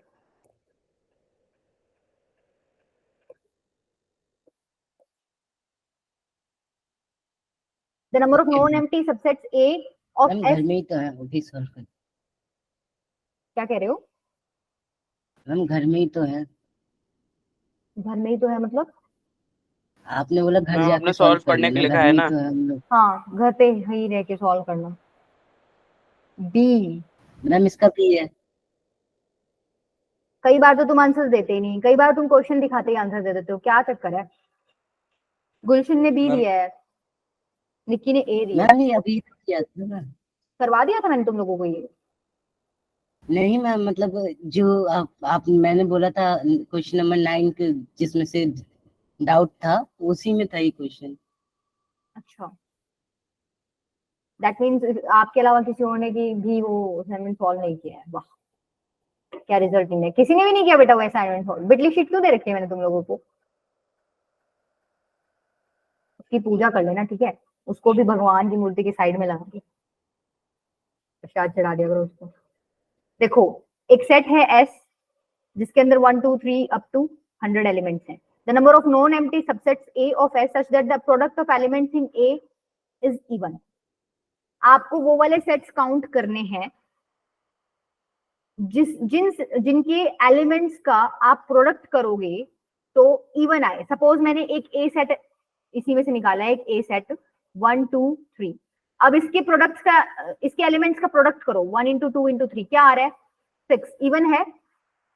एक और सबसेट ले लिया मैंने इसका 1 4, इसके एलिमेंट्स का प्रोडक्ट करोगे तो कितना आ रहा है? 4, इवन है। समझ रहे हो? ये वो सबसेट हो गए जिनके एलिमेंट्स का प्रोडक्ट इवन आ रहा है। तो सिर्फ उन सबसेट्स के एलिमेंट्स का प्रोडक्ट इवन आएगा जिनके अंदर 2 या 2 का कोई मल्टीपल होगा। बेसिकली आप ये कह दो कोई इवन नंबर होगा। अगर मैं कोई एक सेट ऐसा ले लूं तो इसमें प्रोडक्ट करो एक बार, कितना आ रहा है? Odd number 15। 15 ऑड आ रहा है, Odd इवन number नहीं आ है। रहा। मतलब बेसिकली जब तुम ऑड नंबर्स का सेट क्रिएट करोगे ना तो उसमें तुम्हारा प्रोडक्ट कभी भी इवन नहीं आएगा। तो तुम समझ पा रहे हो? पहले तो मुझे ये बताओ टोटल नंबर ऑफ सबसेट्स कितने बनेंगे इसके?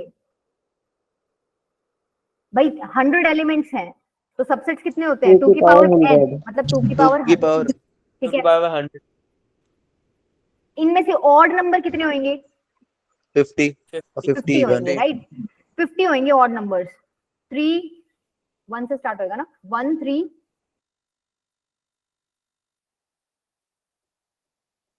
चलते चलते कहां तक जाएगा? 99 तक। ठीक है, ये वो नंबर्स ले लिए मैंने जो ऑड नंबर्स हैं। इनके सबसेट्स बनाओ, कितने बनेंगे?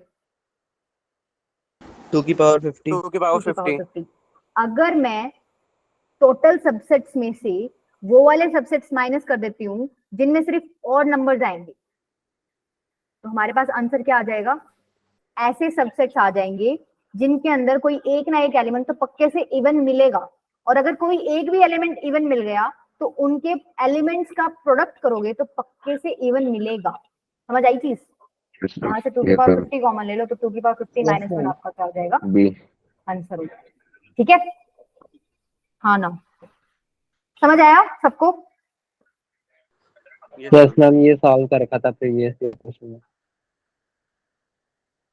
जो 2-4 बच्चे बोल रहे हैं उनके अलावा पूछ रही हूँ, ये बेटा सॉल्व कर लेना एक बार, हम वहां चलते हैं। अभी तक नहीं आई हूँ मैं मेन क्वेश्चन, तो देख लो। ये भी अच्छा है क्वेश्चन, देखो ये मैं ट्राई कराई देती हूँ, चलो ये थोड़ा अच्छा है।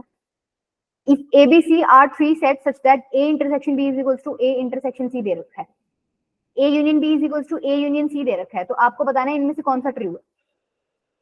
ठीक है, देखो मैं मेथड बता रही हूँ, उसको नोट कर लो।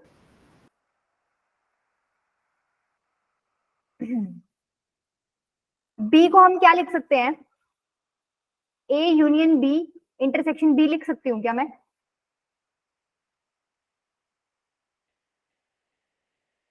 Yes ma'am. भाई Yes, A ma'am. Union B करोगे तो A और B का सारा पार्ट आ गया, उसका इंटरसेक्शन करोगे B के साथ तो सिर्फ B ही तो आएगा ना कॉमन पार्ट। ठीक है, इसका मतलब मैं लिख सकती हूँ A यूनियन B। आपको क्वेश्चन में क्या दे रखा है? A A union C. Union C के। अब यहाँ मैं डिस्ट्रीब्यूटिव प्रॉपर्टी यूज कर सकती हूँ, A Yes, ma'am. Intersection B union C intersection B, ठीक है। Yes, ma'am. A intersection B किसके इक्वल दे रखा है? No, A intersection C. Intersection C के इक्वल, ठीक है। Union C intersection B. अब देखो, अब तुम्हें यहाँ ध्यान नहीं आएगा करना क्या है। एक बात बताओ, क्या मैं इसको ऐसे लिख सकती हूँ? भाई सी इंटरसेक्शन बी करो या बी इंटरसेक्शन सी करो, निकलना तो कॉमन पार्ट ही है बी और सी का। Yes, ma'am. ये वाला ब्रैकेट सेम है, मतलब सेम है, आगे पीछे कर दिया। अब इसमें मैं डिस्ट्रीब्यूटिव प्रॉपर्टी रिवर्स डायरेक्शन में लगाऊंगी तो क्या आ जाएगा? A union B intersection C. Yes खोल के देख लो हाँ। इसको, डिस्ट्रीब्यूटिव प्रॉपर्टी लगा, यही आएगा। ए यूनियन बी हाँ। किसके इक्वल है?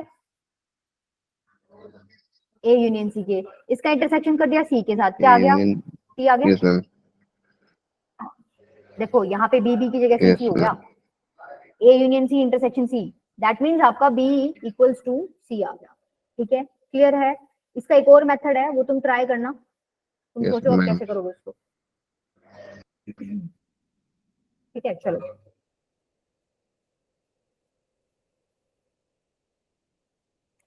ये और ट्राई करो, इसकी हिंट ही दूंगी मैं। आशीष बेटा समझ आ रहा है?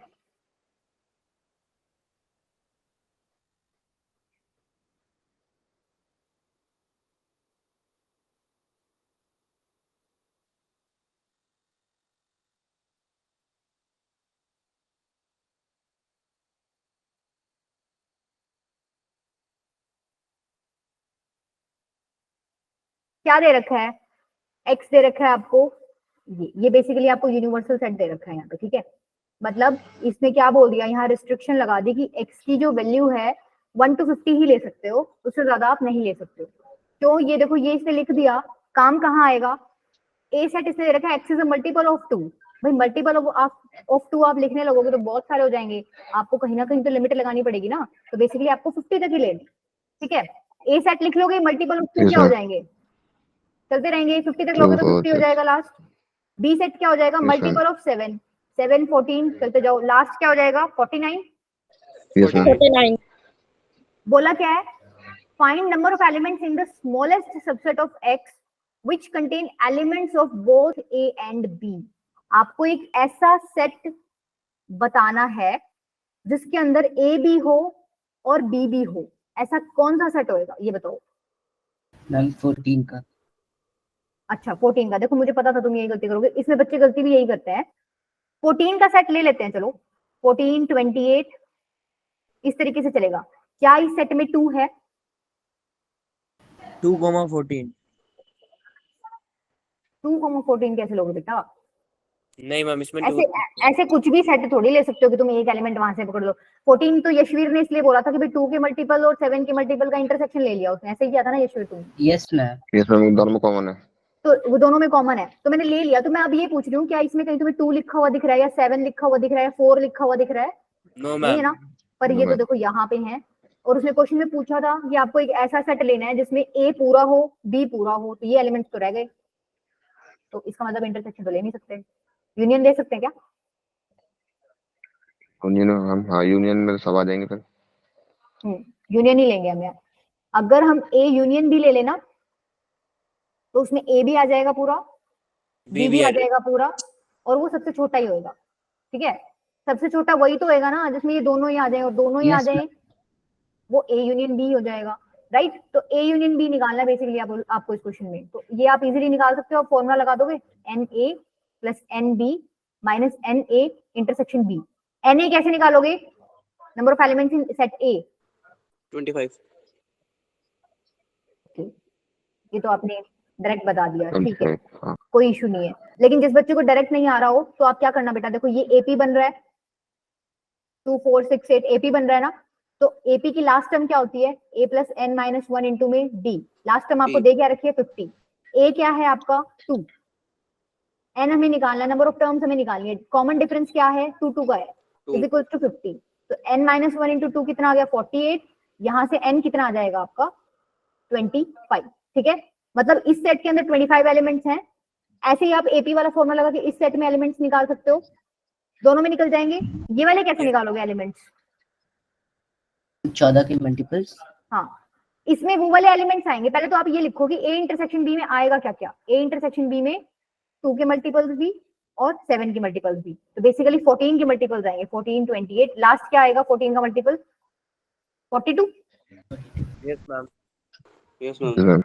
ठीक है, इसमें निकाले ना आप नंबर ऑफ एलिमेंट्स एपी वाला फॉर्मूला यूज करके। ये भी निकल गया, ये भी। तो जब आप इसको सॉल्व करोगे पुट करके तो आपका आंसर आ जाएगा 29। ठीक है, सॉल्व करके देख लेना इसको। इसमें जो मेन चीज थी ना वो Okay. यही थी कि आपको स्मॉल सबसेट जो निकालना है वो ए यूनियन बी होगा। इसके अलावा इस क्वेश्चन में कुछ भी नहीं। चलूं आगे, पीछे बैक में चल रहा है ना।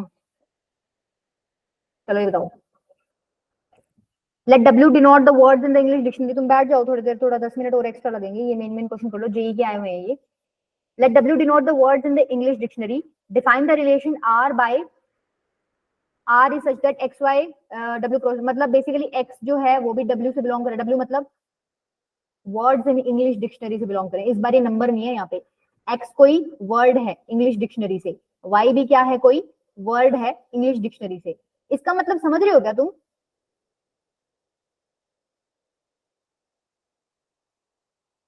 सर मतलब मैम मतलब word पहला into- सेट डब्ल्यू है, दूसरा सेट डब्ल्यू है, रिलेशन डिफाइंड है डब्ल्यू टू डब्ल्यू। समझ रहे हो? डब्ल्यू टू डब्ल्यू, ये भी डब्ल्यू है, ये भी डब्ल्यू है। इसमें भी इंग्लिश डिक्शनरी के वर्ड्स हैं, इसमें भी इंग्लिश डिक्शनरी के वर्ड्स हैं। वहां से हमने कोई वर्ड उठा रखा है जिसको इन्होंने जनरल फॉर्म में एक्स लिख दिया, यहाँ से कोई वर्ड उठाया जिसको उन्होंने जनरल फॉर्म में वाई लिख दिया। ठीक है, बोला क्या है, the words x and y have at least one letter in common. एक लेटर कॉमन है, कंडीशन दे दी इन्होंने। ये मैम ये X, Y- तीनों वाला है क्या? तीनों वाला मतलब? Reflexive, symmetric and transitive.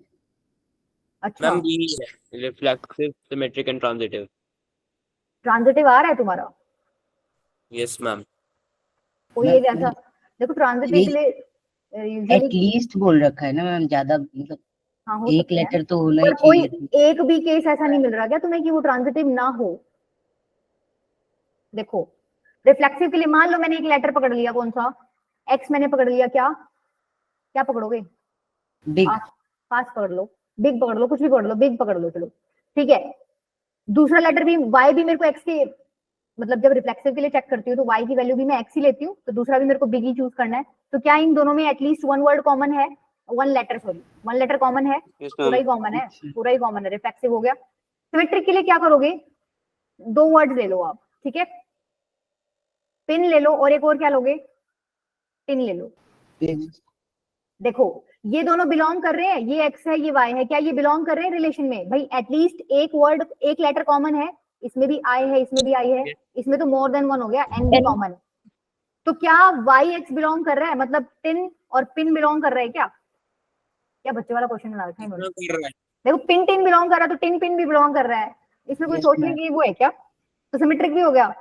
Transitive के लिए देखो, ट्रांजिटिव के लिए एग्जांपल सोचना पड़ेगा। कौन सा एग्जांपल सोचोगे? मैम सोचो भाई। Tip. Ma'am pin tin rain. Check करो एक बार। देखो ये एक्स है, ये वाई है, ये वाई है, ये जेड है। इनमें कॉमन है एक word letter, sorry letter common है, पी कॉमन है ना? Yes P ma'am. रहा, यस मैम। ठीक है। इसका मतलब एक्स वाई बिलोंग कर रहा है रिलेशन में। इनमें कॉमन है क्या कुछ? है ए मैम टी। ए और इसका टी। मतलब वाई जेड भी बिलोंग कर रहा है क्या? एक्स जेड बिलोंग कर रहा है रिलेशन में। एक्स जेड देखो, मतलब पिन और ईंट में देखो कुछ No, कॉमन है ma'am. इसमें और No, इसमें? No ma'am. No ma'am. नहीं है ना, इसका मतलब ट्रांजिटिव नहीं है। इसका मतलब ऑप्शन कौन सा हो गया? ए हो गया आपका, है ना। रिफ्लेक्सिव है, सिमेट्रिक है, पर ट्रांजिटिव नहीं। जेई का क्वेश्चन है बेटा। और मैम तीनों वर्ड एक ही जैसा नहीं ले सकते, जैसे Apple Apple Apple. Apple Apple Apple. देखो बेटा इन क्वेश्चंस में क्या करना होता है, आप ऐसे बहुत सारे वर्ड ले सकते हो जिनमें एक्स वाई बिलोंग कर जाए, वाई जेड भी कर जाए और एक्स जेड भी कर जाए, ले सकते हो आप। लेकिन जब भी ट्रांजिटिव की कंडीशन हमें देखनी होती है तो हमें वो एग्जाम्पल चूज करना होता है जहां पे हम उसको फेल कर सके। समझ रहे हो? कोई एक भी एग्जाम्पल हमने इनको दे दिया ना कि हाँ भाई इसमें फेल हो रहा है, तो हम उसको कह सकते हैं भाई ये ट्रांजिटिव नहीं है। ऐसे बहुत सारे एग्जाम्पल्स ले सकते हो आप जिसमें ये ट्रांजिटिव प्रूव हो जाएगा। समझ रहे हो? लेकिन हमें वो वाला लेना है, चूज करना होता है। ट्रांजिटिव भी हो जाएगा। हाँ हो जाएगा, लेकिन हमें अगर हम कैपेबल है ना उसको एक एग्जांपल भी देने में कि भाई मेरे पास ये एग्जांपल है जिसमें ये ट्रांजिटिव प्रूव नहीं हो रहा, तो हमें वही चूज करना होता है, हमें वो वाला चूज करना ही नहीं होता जिसमें वो ट्रांजिटिव प्रूव हो रहा है, समझे? ठीक है। मैम ये तो मल्टीपल में आएगा तो फिर कैसे उसको होते? मल्टीपल मतलब नहीं, अगर MCQ आप में दे आता है। पा रहे हो ना, दे पा रहे हो, आप दे पाओगे अगर वो ट्रांजिटिव नहीं होगा तो, ठीक है। अदरवाइज तो जनरली आप प्रूव कर पाओगे। देखो यहाँ पे तो जैसे इन लोगों ने कोई स्टेटमेंट ऐसी तो दी नहीं है, तो लॉजिकल सा क्वेश्चन है थोड़ा। अभी जो पीछे हम करके आए हैं उसमें तो हमारे डायरेक्ट रिजल्ट्स निकल रहे थे ना। अब मान लो एक वो क्वेश्चन था, एक मिनट रुको, ये वाला जो क्वेश्चन था इसमें मैंने ये एग्जांपल लिया था। आप यहाँ बच्चे ना बहुत सारे एग्जांपल्स ले सकते हैं जिससे ये ट्रांजिटिव प्रूव हो जाएगा, समझ रहे हो, बहुत सारे। लेकिन मैंने कौन सा एग्जांपल चूज किया, इसको गलत प्रूव करने के लिए। मेरे पास था एग्जांपल तो मैंने दे दिया और मैंने बता दिया, ठीक है। ये अब आपकी प्रैक्टिस है कि आप कैसे तो मैम एग्जांपल हमें ढूंढ सिर्फ पाओ। गलत प्रूफ करना है बस। हाँ मतलब जरूरी नहीं हर बार वो गलत प्रूव होगा, लेकिन हाँ अगर आप कर पा रहे हो ना, अगर नहीं कर पा रहे हैं तो बस लगा दे हाँ, ट्रांजिटिव में। नहीं कर पा रहे तो लगाओगे, बट हाँ मतलब कोशिश करना कि आप ढूंढ सको। अगर नहीं ढूंढ पा रहे ना तो जरूरी नहीं है कि वो ना ही हो, क्वेश्चन ऐसा भी हो सकता है कि वो ट्रांजिटिव हो एक्चुअली में, ठीक है। ये तो होमवर्क है, एक बार ट्राई करके देखना, आसान है, मैं इसको तुम्हें भेज दूंगी। ये अभी नहीं कर पाओगे तुम, चलो ये ट्राई करो। किसने एंट्री मारी है इस टाइम?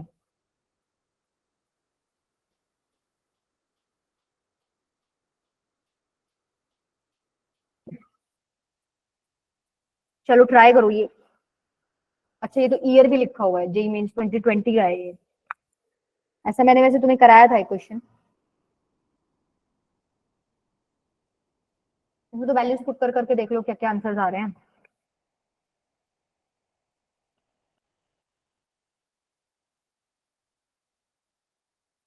बेटा इसके बाद 2 क्वेश्चन हो रहे हैं, उसको कंप्लीट कर लेते हैं, अदरवाइज हमें मंडे को फिर यही छेड़ना पड़ेगा।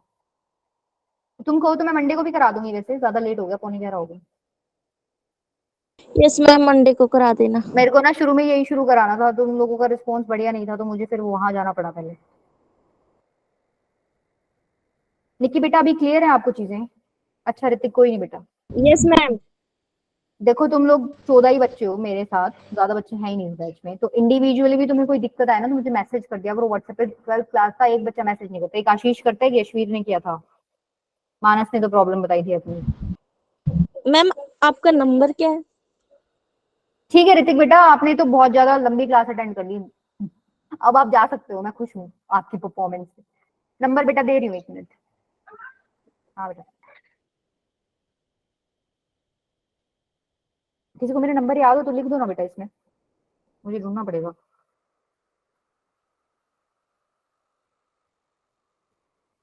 यशवीर तुम कर दोगे क्या?